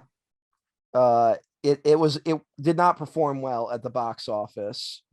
And that was kind of like the Salt Kinds were suddenly like, oh, we're in trouble. Like we gotta. So they quickly sold the Superman rights to Canon Films to let them do a movie. Although they retained some of it because they were able to later produce a Superboy TV show that aired in the 90s, which is kind of like a little cult classic. It's for a long time it was hard to get home video versions of it. I think I think it was eventually released on DVD, but there were like huge gaps between releases. And it says here it was streaming on DC Universe a little while back, but DC Universe no longer exists as a streaming service. Yeah, so it's probably on HBO somewhere. It might not be because again, I think the rights for that show are still kind of fucked up. It's kind of like the Batman TV show like isn't on HBO Max because fucking stupid. NBC technically owns it. So, they'll never agree on anything. So, and I think they make so much money in syndication on that show that like even to this day that it's not worth it. But yeah, so they abandon it and the rights end up landing with Canon Films. Our boys Golan and Globus, they're back. Those two lunatics. Yeah, boys, the titular boys. Yeah, and they decided to make a Superman movie for the budget of $17 million. Now, what do you think is a comparable price tag for that nowadays? I'm trying to think actually. I'm calculating it right now. I just want to hear what you think. I mean, there's like inflation stuff like that. Some people can go really far with $17 million these days. Yes, they can. So I mean, it would be like if Warner Brothers tried to make a Superman movie for $50 million, which is a big budget, but maybe not a budget to do a Superman movie with. Yeah, to date, it is actually $17 million from 1987, translates to $45,169,119.72. So that's not nothing for Superman, though. Yeah. Considering at this point, the first movie is like one of the most expensive movies ever made, right? That movie cost $55 million. Superman 2 cost roughly the same. Superman 3 cost $40 million. And then now we're at a budget that is less than half of Superman 3. Yeah. Imagine if James Cameron's Avatars, they were like, you could still keep making these, but they're not making us money anymore. So you're going to have to keep taking less money. And the Avatar 5 cost $45 million to make. Like that's the level of like insanity we're kind of talking here, And this is a weird movie where it looks cheap at the start and it somehow keeps getting worse as the movie goes on. Yeah. This is a terrible film. It's awful. Yeah. It's very unfortunate how awful it is. Like when people used to look back on franchises as like, oh man, I think the great William Goldman, he called sequels whores movies. Whoa. Yeah. Okay, Goldman. Yeah, he's dead now, so it's fine to bring up what he said and stuff like that. But thanks for reminding me. Sorry. Yeah, it is quite the statement, but he goes on to elaborate, and it doesn't make that statement any better, obviously. But he says, like, that you only make sequels to make money. No one does it for creative integrity or creative purposes. And like, I think more people now understand you can do more with a sequel. Like you can push the bounds creatively. But there is a truth to what he said in that, the producers are just money hungry and they just want more money, which is even funnier because sequels didn't really make the money they do nowadays. Mm. They always made less money in the past. Prior to like 1999, maybe, Mhm. sequels always made less money, or at least Yeah, like 90% of the time made less money than yeah. their Well, predecessors. And even it's then, there's also the problem of a lot of times when the sequel comes around, the sequel will cost more. So that movie might make more money, but the inflated budget of a sequel, deflates it a little bit. Like, so, like, that's Empire Strikes Back has that problem, right? yeah, Where like yeah. it technically in its era made more than the first Star Wars, but it cost so much more. And it was almost a money loser for Lucasfilm in a weird way. But Hmm. yeah. Well, I think it was Roger Corman had that quote. He had some quote about, it's not really a quote, but he was like, he was talking about the Carnosaur films he produced. My And, favorites. yeah, and he was like, all right, here's the budget for the first one. And he like put one hand up and here's how much it made. He puts another hand above it. And he's like, all right, budget the same, next movie. And it gets lower. He's like, budget the same, third movie. He's like, budget the same, fourth movie. And it's like right on top of each other. He's like, and that's when we stopped. He was like, we just kept making it. It made less money each time. Well, it turned a profit. So we just did it until it stopped making money. And I'm like, I mean, that makes sense for Roger Corman's business model. Yeah. Um, Hey, uh, Roger Corman, maybe one of the biggest or most important people in Hollywood history, you yeah, know? no, it's honestly like the dream for me would to be Roger Corman. Like, I love Roger Corman's career, Yeah. I would Yeah. love No, to just be without producing. him, no Yeah, Scorsese, no Joe Dante, yeah.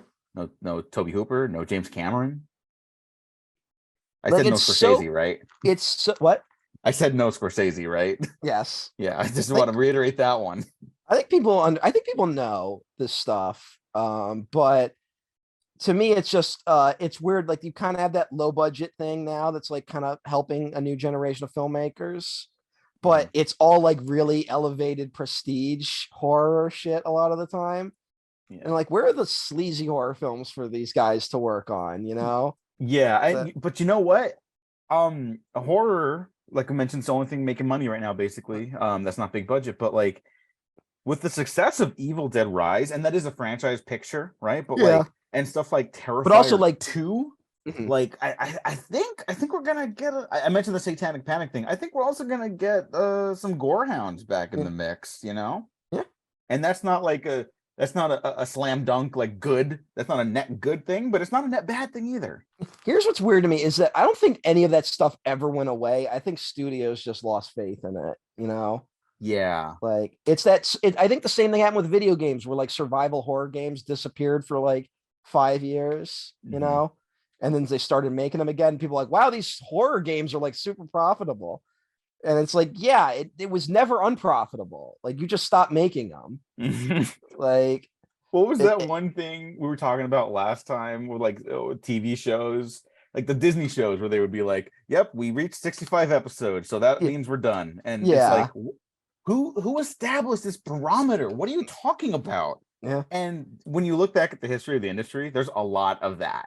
Mhm. And that leads to problems because it's just like, what the fuck are you Well, there's talking about? also in certain there's the infinite growth problem, right? Which we're talking Yep. about. Like, we've been seeing a lot of independent like game publishing sites get shut down recently, like news sites, and you're reading up on them, and it's like they weren't unprofitable, they just weren't making more money every year, right? Like, they Hmm. weren't growing at a massive rate, and they got shut down for that, and it's so stupid, right? Yeah. But the logic is these resources that we're devoting to a unit which is profitable but just making X number of dollars could be better used in a division that would make more money. And what you see in the video game industry, especially when suddenly it's like, oh, first person shooters are huge, they'd rather put all the resources to first person shooters than to a survival horror game, which will make money, it costs less, make money, but won't make more money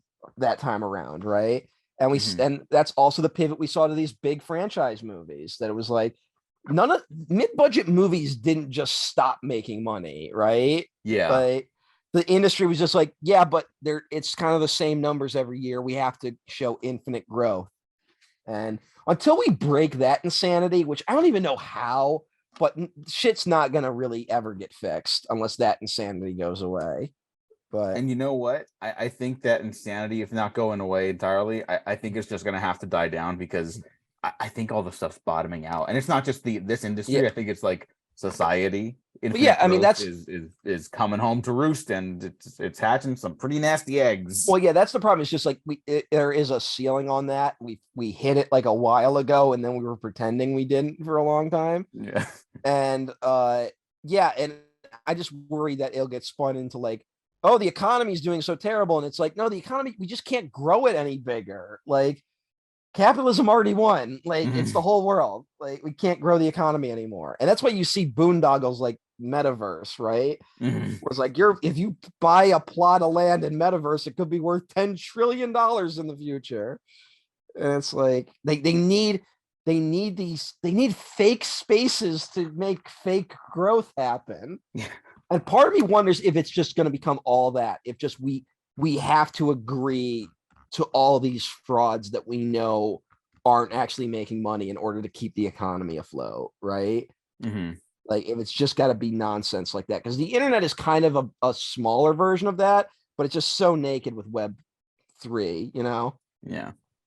But By the way, if I see you on social media with like a Web3 in your profile or your name or whatever, like I block you immediately. So if you're yeah, wondering why and you have that in your profile at all, like that's why.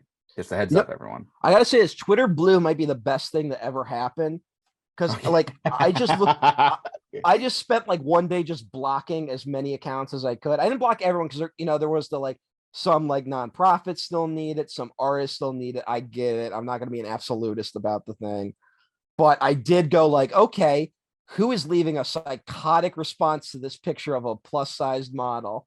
And I just scrolled down and there were like 50 dudes being like, how dare you call this gorgeous? And I spent like an hour blocking all of them. And now suddenly my Twitter is a lot calmer. So I think Well, I you did suddenly it. found all the toxic users and just isolated them. Yeah, it feels pretty good. Yeah, And you know what? My Twitter experience has been much better lately. it has, even though the site is like crashing all the Oh yeah, time. no. But The site itself is worse than ever. My experience on it, pretty good right now. so I think what we're saying is we don't have a lot to say about Superman 4: The Quest for Peace. Um, I am not against the premise of this movie. Now that No, no, it's sounds it's a like, fun idea of like Superman's going to take on nuclear war, right? yeah. Like, but they clearly didn't like they just didn't know what to do with any of it. Mm-hmm. And also it's canon, like canon slash the budget. And this is, I think when this movie came out, canon hadn't had a major hit in like 4 years or something crazy like that. Jesus. Yeah. Now, is And this pre or post Electric Boogaloo? oh, I don't know actually. Um Let's check. it's Also, post Electric Boogaloo. oh, okay, yeah. Um So this is the end of days yeah. for Well, canon. this is the mistake they made, which is that they were doing pretty well with they would make like a dozen low budget movies a year, right? They would make like a Mhm. shit ton. Most of them wouldn't make money, but a few of them would hit, and that would justify the costs, right? Yeah. Like that. And then for some reason, even though they weren't growing, they started to like make bigger budget movies, and it didn't work because they were making bigger budget movies with the same care that they made the low budget movies with. Yeah. And then you get that weird run of like you get like Life Force, which was like a huge bomb for them. Yeah. Although And it is also one of the greatest no, movies Life ever Force is made. great. Yeah. Invaders from Mars, a ton of fun. Texas Chainsaw Massacre 2, like the Tobe Hooper films that happened there. Yeah, Uh, yeah. Love all those. they're all fun, but they all bombed. Mm-hmm. And then it's like we're doing Masters of the Universe and Superman 4, and it's like they're out of money. Like Yeah. they just kind of ran out of money while they were filming Cyborg, Oh, Uh, yeah. yeah. The Albert great Albert Pune was in Pune. early talks to do a Superman 5 because they just assumed Whoa. it would work. I did not know that. Yeah. You know And it was what? good. And He could have done it. we'll get this because considering the films he made, they were thinking about bringing the Bottle City of Kandor in to it. So it was going to be like Oh, it's Superman in a fucking Toy miniature Man. city. Yeah. He would have done Toy Man again. Yeah, basically. So, but it didn't happen, unfortunately. No. But God, that would have been super interesting. I've talked about Albert Pune a bit before on the podcast, but yeah, fascinating director. If you want to get inspired, watch his stuff. Yeah, his Frankly, stuff even is if you don't super. like it, Mhm, nothing but creative inspiration with every frame, mhm. basically. Dude knew how to stretch a budget. Yeah, Now, director Sidney J. Fury maybe did not, but yeah, also again, like very clearly hampered by yeah. Hampered by like it everything. just it looks so fucking cheap. It's embarrassing. Yeah, it's a bad movie. Uh, I will shout out because this one does have a reunion of Christopher Reeve, Gene Hackman, yeah. and Margot Kidder. But Hackman basically did the movie out of spite against the Salkinds. Like he only took the role because he hated the Salkinds so much. yeah, Um, rare Gene Hackman win. yeah, but I want to all shout right. out John Cryer really Oh quickly yeah, as Lenny Luthor. and he eventually went on to play Lex Luthor. So He is so fucking good as the CW Lex Luthor. that is one of the weirdest things to ever happen. Yeah, That like, because like I remember when it was announced, I was like, I don't know. Like, I mean, I have nothing against John Cryer, but like Lex Luthor, and it's like, oh, he's actually like great. yeah, Like, a huge highlight. yeah, what fun. Yeah. All right. So he's gonna Lex Luthor's plan is to clone Superman and make Nuclear Man, right? Mm-hmm. Also, by the way, there's like all these deleted scenes. This is another one with like a bunch of deleted scenes. There's apparently one scene where there's like a failed uh clone of Nuclear Man, like one of the first attempts that doesn't work. Mm-hmm. But so they go to the Superman museum and steal a bit of his hair that is holding up like some heavy weight, right? Yeah, Now, how does Lex Luthor get the hair? I don't remember. He just walks over with a pair of scissors and cuts it. Oh, So it's the super strong hair, and he just cuts it. well, when you got to stretch a budget, Yeah, I yeah. guess. What an amazing scene. And he voices Nuclear Man as well, Gene Hackman. Yeah. Um, Not completely against that idea, frankly. it's It doesn't weird that they work. call it out, Yeah. where it's like I have your voice or whatever the fuck. But I'll give a shout out to Mariel Hemingway, um, who is fine in this movie. Mm-hmm. I always thought she was a fine actress. Yeah. Um, she unfortunately started a career with Manhattan, Woody Allen's film, Mm-hmm. where she plays the underage girl he falls in love with. Can't win them all. Yeah. But hey, Jim Broadbent's in this movie. Yes, the formerly great Jim Broadbent. Unfortunately, he Oh, is British, so wait, what happened? Oh, he just came out in support of J.K. Rowling. Ah, Yeah, fucking shit. Oh well, yeah, that's a shame. it is. He's British, so Yeah. I keep myself at arm's distance of all British people unless Mm, I hear you say trans rights or human rights and or things of that nature. yeah. I know, so got my guard up. Haven't forgotten. Yeah. USA is coming back to kick your ass. Yeah. Well, at least I'm he's not coming in for you, Indy Jim 5. Broadbent. At least he's not in Indy 5. 'Cause remember he was in Indiana Jones 4. Oh yeah. Oh, they probably killed him off then, huh? Or they just were not going to acknowledge anything in that movie. Oh yeah. I feel like that's going to be the move. I think so. Like not even like out of spite for that movie, love it or hate it, Mm, right? Like I think just generally like you can't really pick up any threads from it. yeah. Like if you No do, one it's just going to raise more involved. questions. No one involved in Moulin Rouge should be allowed to be a transphobe. I agree. Like, what are you, an idiot? Yeah. Oh well, that's a little sad. I did not know that. Hmm. But I mean, it says a lot of the most of the people coming out in support are like the elderly cast members. Yeah. Yeah. Yeah. But They'll be hey, dead soon. It's fine. yeah, yeah, It's probably something will. good that Alan Rickman died, frankly. Yeah, you know what? You want to hope that Rickman would have had a right head on him.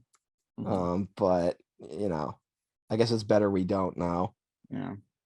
Uh, but Yeah. Some hey, things are better left forgotten. yeah. Although, at what point are they going to try and claim him as one? Because that's been the move with a lot of transphobes lately, where like they claim dead people as being on their side. That's gross. Yeah, they try to do it with Terry Pratchett. Like, And like Terry Pratchett's daughter had to come out and be like, no, he would have hated you idiots. Like, but hey, what a great. That's how you know you're on the right side of history, when you are claiming dead people on your side.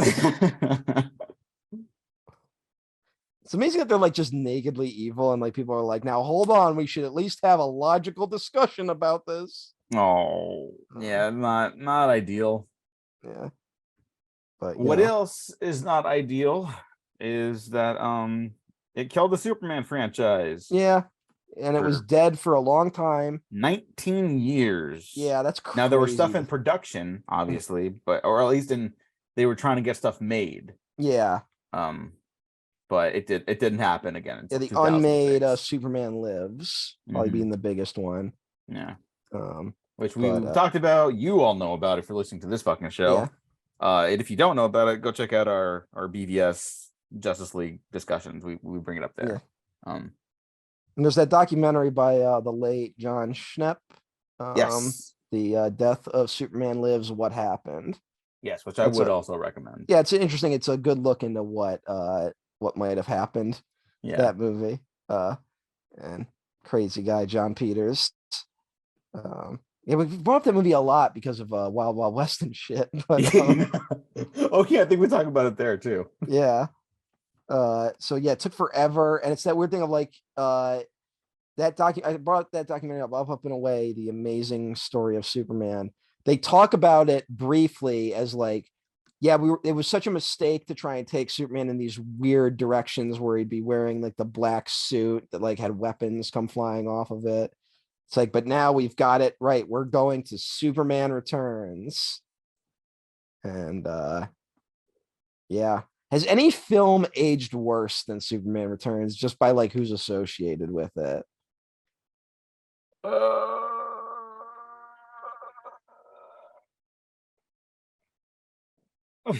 I can't think of any. Yeah. Although, hey, did you notice that Bill Cosby's picture is on the wall at the Daily Planet in Superman 2? What? No. It's in the background of a shot. It's unexplained. I don't know why. It's there in Perry White's office. Yeah, that's not great either. I got to be I honest. think it was one of those things where you only notice it if you have like the Blu-ray. Like it's something you're not meant to notice, you know? Like it's just a background image they just had. Yeah, they tried forever to get a Superman movie made. There was the Superman Flyby, the movie that was almost made with Mick G as a director and written by J.J. Abrams. Yeah. That's the one for people that don't know, just a quick shortcut into the wrong-headedness of that script. And I'm kind of a JJ defender when it comes to standalone projects, but I'll say this. Lex Luthor was going to also be Kryptonian in that version, which I feel just like misses the point entirely. Now, isn't Abrams, I think, though, like, not to defend him, but I think he has gone on the record being like, the version that leaked was a really early version, and most of that stuff had been dumped by the time we were getting close to filming. Okay, I believe that. Now, he could be lying, because that sounds like a Abrams move to make Lex Luthor also Kryptonian. Here's the thing. His greatest strength and greatest weakness is that he wants to be a crowd pleaser. He wants to make everyone happy. Mm-hmm. I have no hatred of the man himself. Mm-hmm. I'm just saying that is his greatest strength and his greatest weakness. Yeah. So I don't know either. I don't know about that, but yeah, it's not very good. That version that is online, that's the one that I am familiar with. It's good that it didn't happen. Yeah. If you're curious, like for further reading, I would recommend checking it out, even if it is just an early draft. Of like, I like looking back at stuff like that to see, like, well, look at all the different directions film history could have gone in. Yeah. You know, like maybe that stops more Superman from happening. Maybe the superhero landscape has changed even further with that happening. You know, but beyond further reading, it's good it didn't happen. And for Superman Returns, I like parts of that movie. Yeah.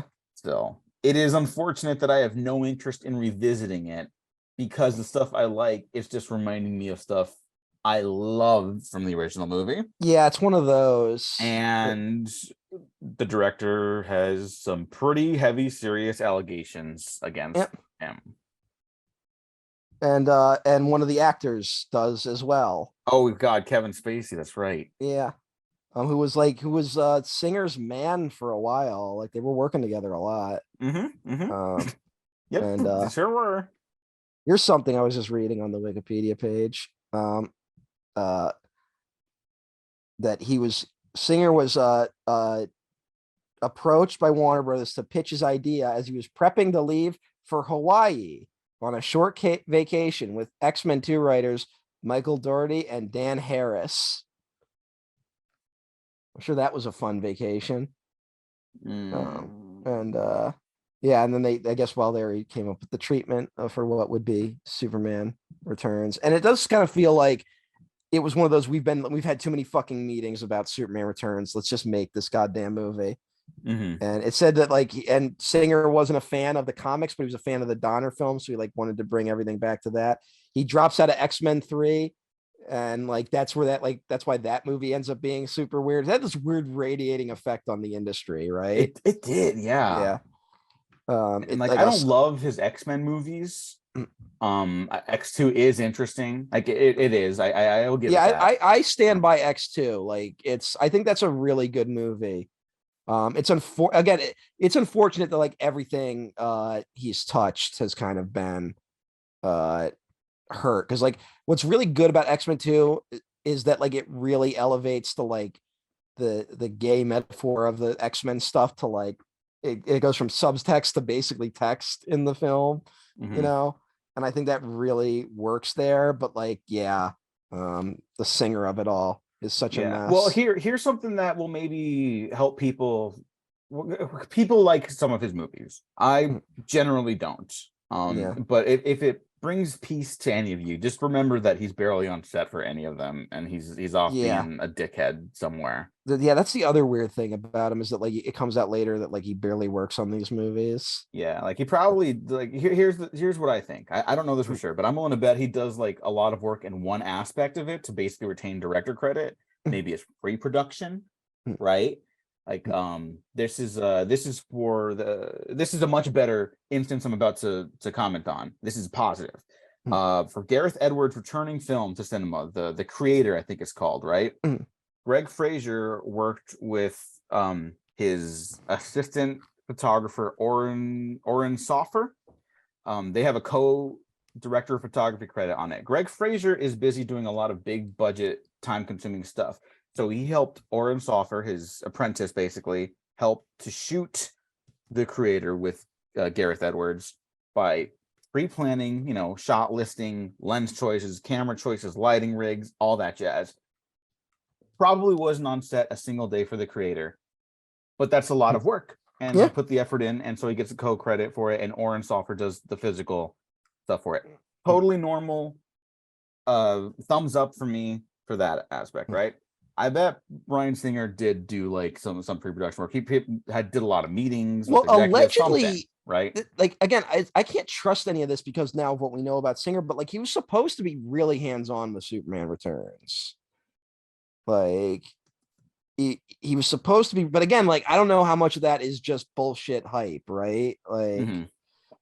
uh it's because there was they really were bullish on this movie in the build up to it, that this was going to be the next big thing. Yeah. And Well, it's a buddy of mine. I shout out to my buddy PJ Campbell. He loves this movie.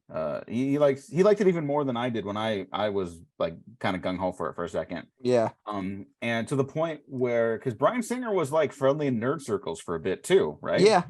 So PJ and I come from like the schmoes no fandom era of film Twitter.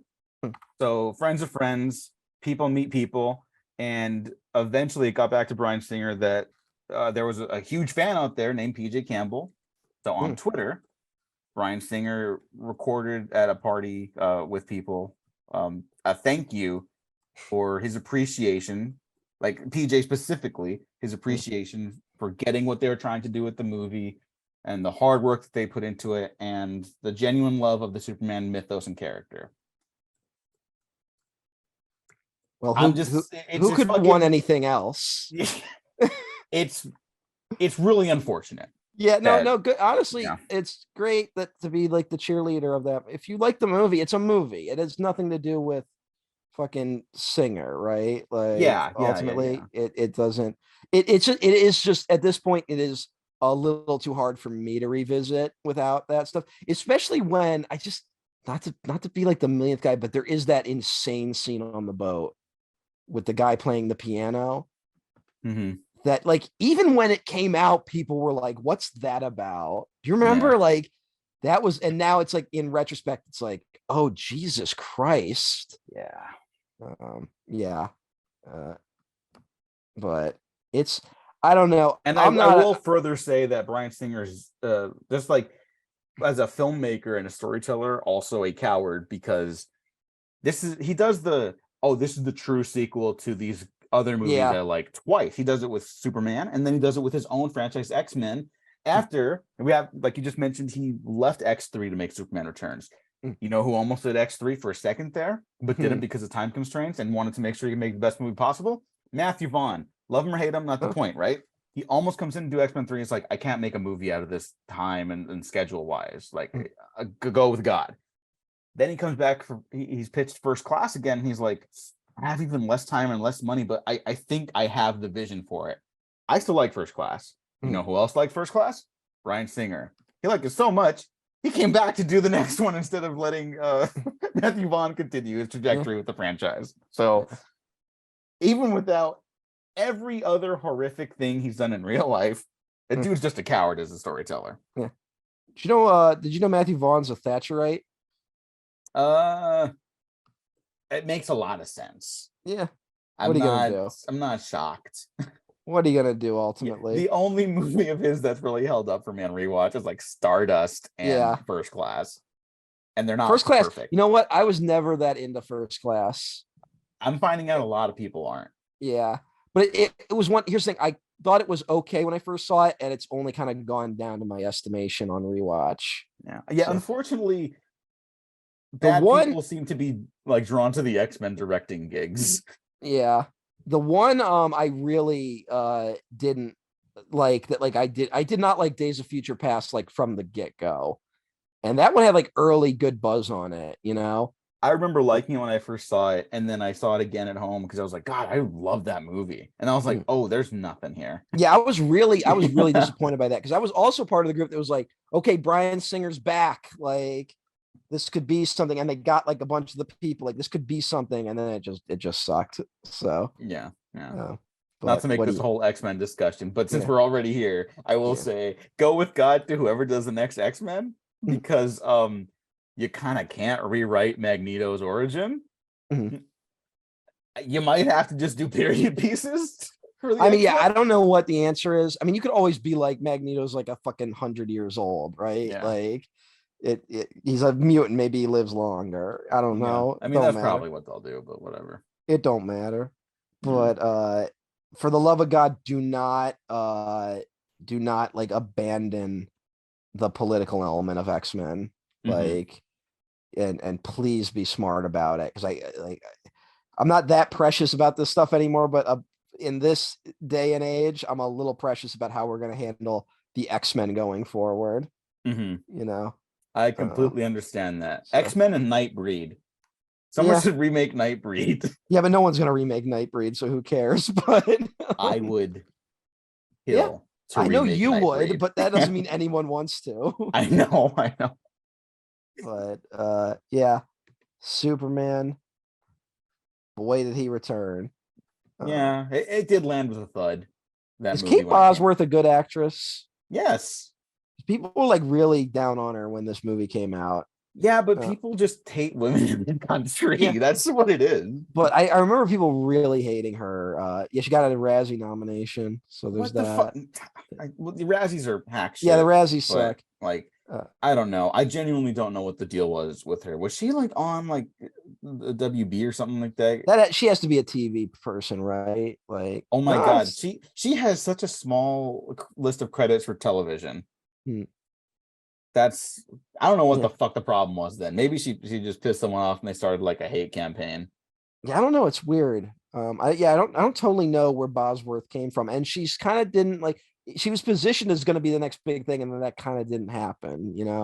Yeah. Uh, but She's in a very good movie called Wild Indian that came out a couple years back. I really I thought recommend you were that. going to say movie 43. I would never. Did I ever tell you that the year that movie came out, I'm taking the bus home, right? Um, and this older couple is sitting in the back, right? And for some reason, they they were Oh yeah, probably we just had this conversation. and they were like, oh, you look like a guy that's in the movies, and then they brought up movie 43, Yeah, and I was just like, I'm not gonna be that guy. These people seem happy. So, she had just been in Beyond the Sea right before this, which is that weird Kevin Spacey directed movie about where he played Bobby Darin, yeah. which is Why did like he one of do those that? weird things that happened. Um, That's one of the greatest songs ever made. Why yeah, why did he do that? I don't know. I don't know. Kevin Spacey is one of those guys where like when he was kind of outed as a prick, you kind of realized how much of his work had also been terrible. Hmm. Like he's got. I'm not saying he doesn't have good credits, but he also has a lot of terrible credits. Yeah. Significantly more, I would argue, than good credits.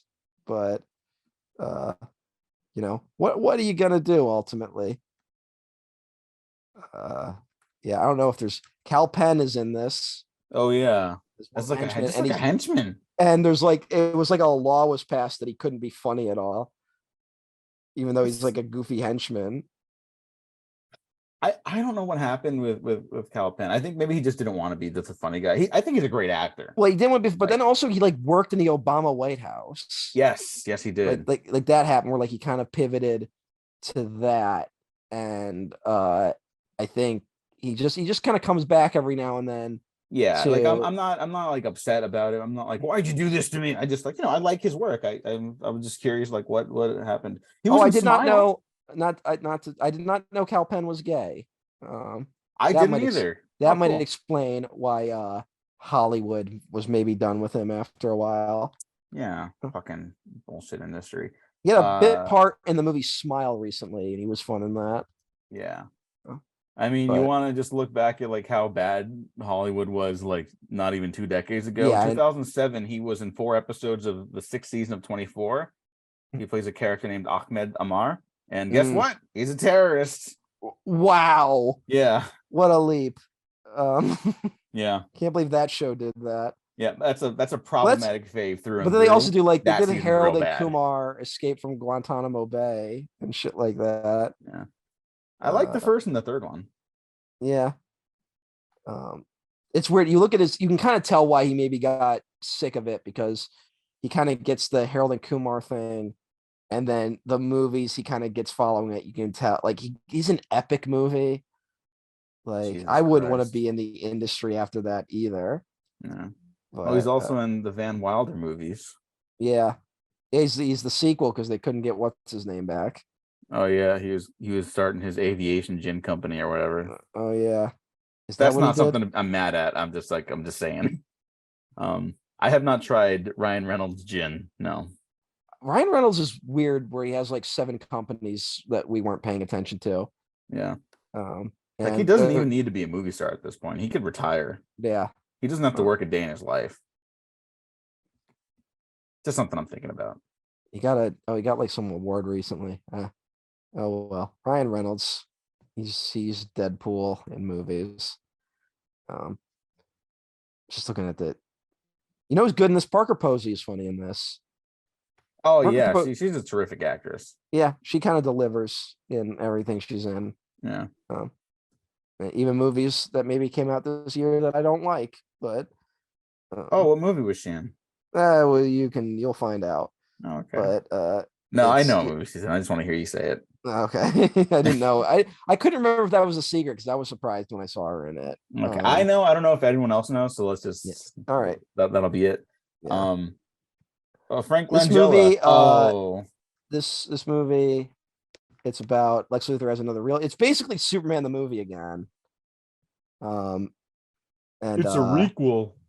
yeah, he got her pregnant, but then he erased her memory with that kiss in Superman 2, so she doesn't remember that it's actually Superman's kid. Um, which is an interesting choice for a Bryan Singer film.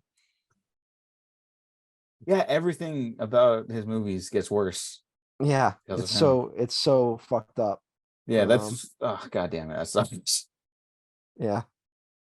I think that was Kevin Smith's joke about the movie, like the year after it came out, where she would be like, if she found that it was his kid, she would think he was a rapist. Like, it's like, when did that happen? Like, Good lord.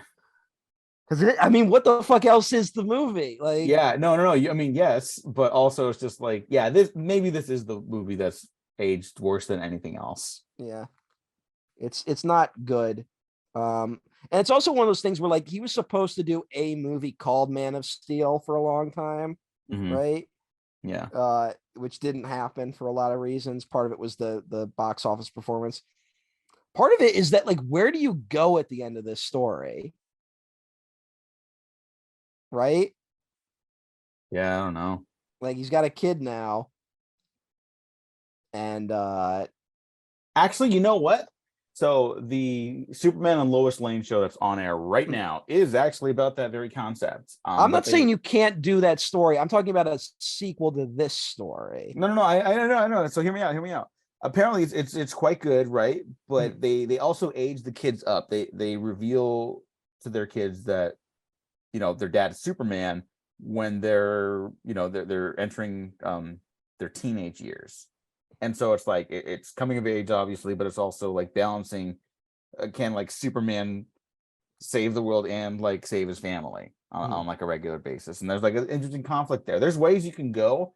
A direct sequel has to do a time jump, I think, to Superman Returns. And I don't know what the initial plan was, other than Darkseid was going to be the bad guy, I think. Well, good idea. Yeah, someone should do something with that. It's weird. Frank Langella's also in this movie. Eva Marie Saint. Yeah. Like, it's got a lot of people in it, and then it's also like every like minor character is played by like someone somewhat famous. Like people who have like been in like Jack Larson was in it, who was one of the he played Jimmy Olsen in the 50s Adventure of Superman show. And I think Noelle Neal is the woman dying in the beginning, right? Yes. Yeah. So she was in the early Superman shit. Apparently Richard Branson's in this. I did not see him. I did not either. But I'm sure he did a great job. Well, that's Superman Returns. Superman Returns. What a fucking wet fart to end on. Yeah, I mean, go check out our I know people really Snyderverse like it. stuff. I wish I felt that way. Like I wish I could like enjoy this movie. I enjoyed it when I saw it in theaters, but man, it just does not. It clangs. It's also so fucking long too. It's too long. Like, That is the one thing I always felt about it. And it was also, remember Singer had that quote where he was like, he kind of acknowledged some of the problems where he's like, if I do another one, I'm going to go Wrath of Khan on it, which is kind of like, there's something kind of apt with comparing this to Star Trek, the motion picture, right? Yeah, but I think Star Trek, the motion picture is fantastic, though. No, that's a fine movie. Yeah. I don't like the outfits. I think I've had this conversation. Yeah, and I like them. Yeah, the movie itself is very fine, but it's like visually, I'm not as into it. I get it. The blocking is just fucking impeccable on that movie. Yeah, no, there's a lot of good stuff in it. It's done. Who the fuck didn't like Robert Wise direct it? Yeah, he's like a fucking great director. Yeah, one of the great journeymen. Yeah, he does the best with what he can in it, and Well, here, this will help us end on a more positive note. I think if you can make a great Star Trek movie, you can make a great Superman movie. And that's why Justin Lin should direct a Superman movie. Justin Lin is kind of one of those guys, though, who should maybe just be doing some more franchises. Like, yeah, he knows what he's doing. Yeah, he totally does. And I also love that last line at the end of the motion picture when they're like, "Where to, Captain?" or whatever, and he's like, "Out there, beyond the stars, or the first star to the left." And I thought that was the line at the end of the sixth movie. Nope, you're right. It's first star to the left is the sixth movie. The end of the first movie is out there, Mhm. and it's perfect. Perfect Star Trek shit. Perfect Star Trek. Let's end on a perfect note. Yeah. Oh, hey, do you know Justin Lin's involved in NFTs? Fuck. Sorry, I had to ruin the day. But Justin, don't do this to me. with the intention to be the first company to build a Hollywood franchise from original NFT art. Wait. Is it Justin Lin, the director, or that serial startup founder? It's on his page. Damn it. Yeah. I'm just making sure. Yeah, unfortunate. It's all this is bad. It's Lin. It's a joint venture with artificial. It's so dumb. Yeah. Okay. Well. So yeah. That's the Superman movies that have come out. Yeah, let's do some Superman NFTs and then like blow this whole planet up. No, that's okay. We could not do that. That'd be great. The Superman logo as an NFT. There's the plot of the next movie. There you go. I'm giving credit to James Gunn for not dipping into NFTs. Yeah. Sure. That's the low bar of Hollywood these days. I mean, they got David Cronenberg for a second there. They got Spike Lee. I know. And he released that horrible commercial where he was like, NFTs are like, it's good because banking is white. And this is actually liberating for disenfranchised groups. And it's like, you're just sucking these people into a scam, man. It's like, that's one of the most like horrible commercials I've ever seen in my entire life. Yeah, it was a big downer to see that after The Five Bloods, which is a masterpiece. Yeah. I mean, hey, it's that thing of like people like him, they're good at directing. They maybe don't know other things. Yeah. But, hey. All right. Well, that's the Superman's. I don't think we really need to comment on anything coming up. I think we got it out of the way early. Yeah, James Gunn's got one coming up. It'll be fine, probably. Yeah. Like I mean, sure I'll be honest. I was kind of losing steam on my excitement for Guardians 3, and early buzz is good. By the time this is out, I think the movie will be out. Correct? Yes. This will come out like the following week. Yeah. So check out our respective Letterboxd accounts to see how we felt. Yeah, I am watching it opening night with a group of pals, because they know these are the ones I like. So yeah. So. This will also be the last Marvel movie I watched in a theater, basically. Yeah. So that's I am. It is the end of an era. I'll just say that. Like whatever. Fuck all this. It was the last 10 years of our lives, you know, and I've definitely attached way too much of myself to these movies. But I'm ready to die. Thanks for joining, everyone. Where can people find you, Matt? I'm at EmperorOTN1 on that failing website, Twitter. Yeah, the one I can't even log back into on my computer right now. Yeah, the one that people are getting kicked out of and shit. Yeah, I just opened the tab because I wanted to check a bookmark for like some shit posting, and I'm logged out now. So we'll see if it's even available. Good job, you fucking moron. Yeah. Goodbye, everybody. Goodbye, Jonathan Demme. Goodbye, Judy Foster. Goodbye. Unprofessional. Links in the description. You know what the fuck. You know the fuck what's going on. We've been talking for 4 hours. Yeah. Take care. Bye now. Fuck off. That went really well.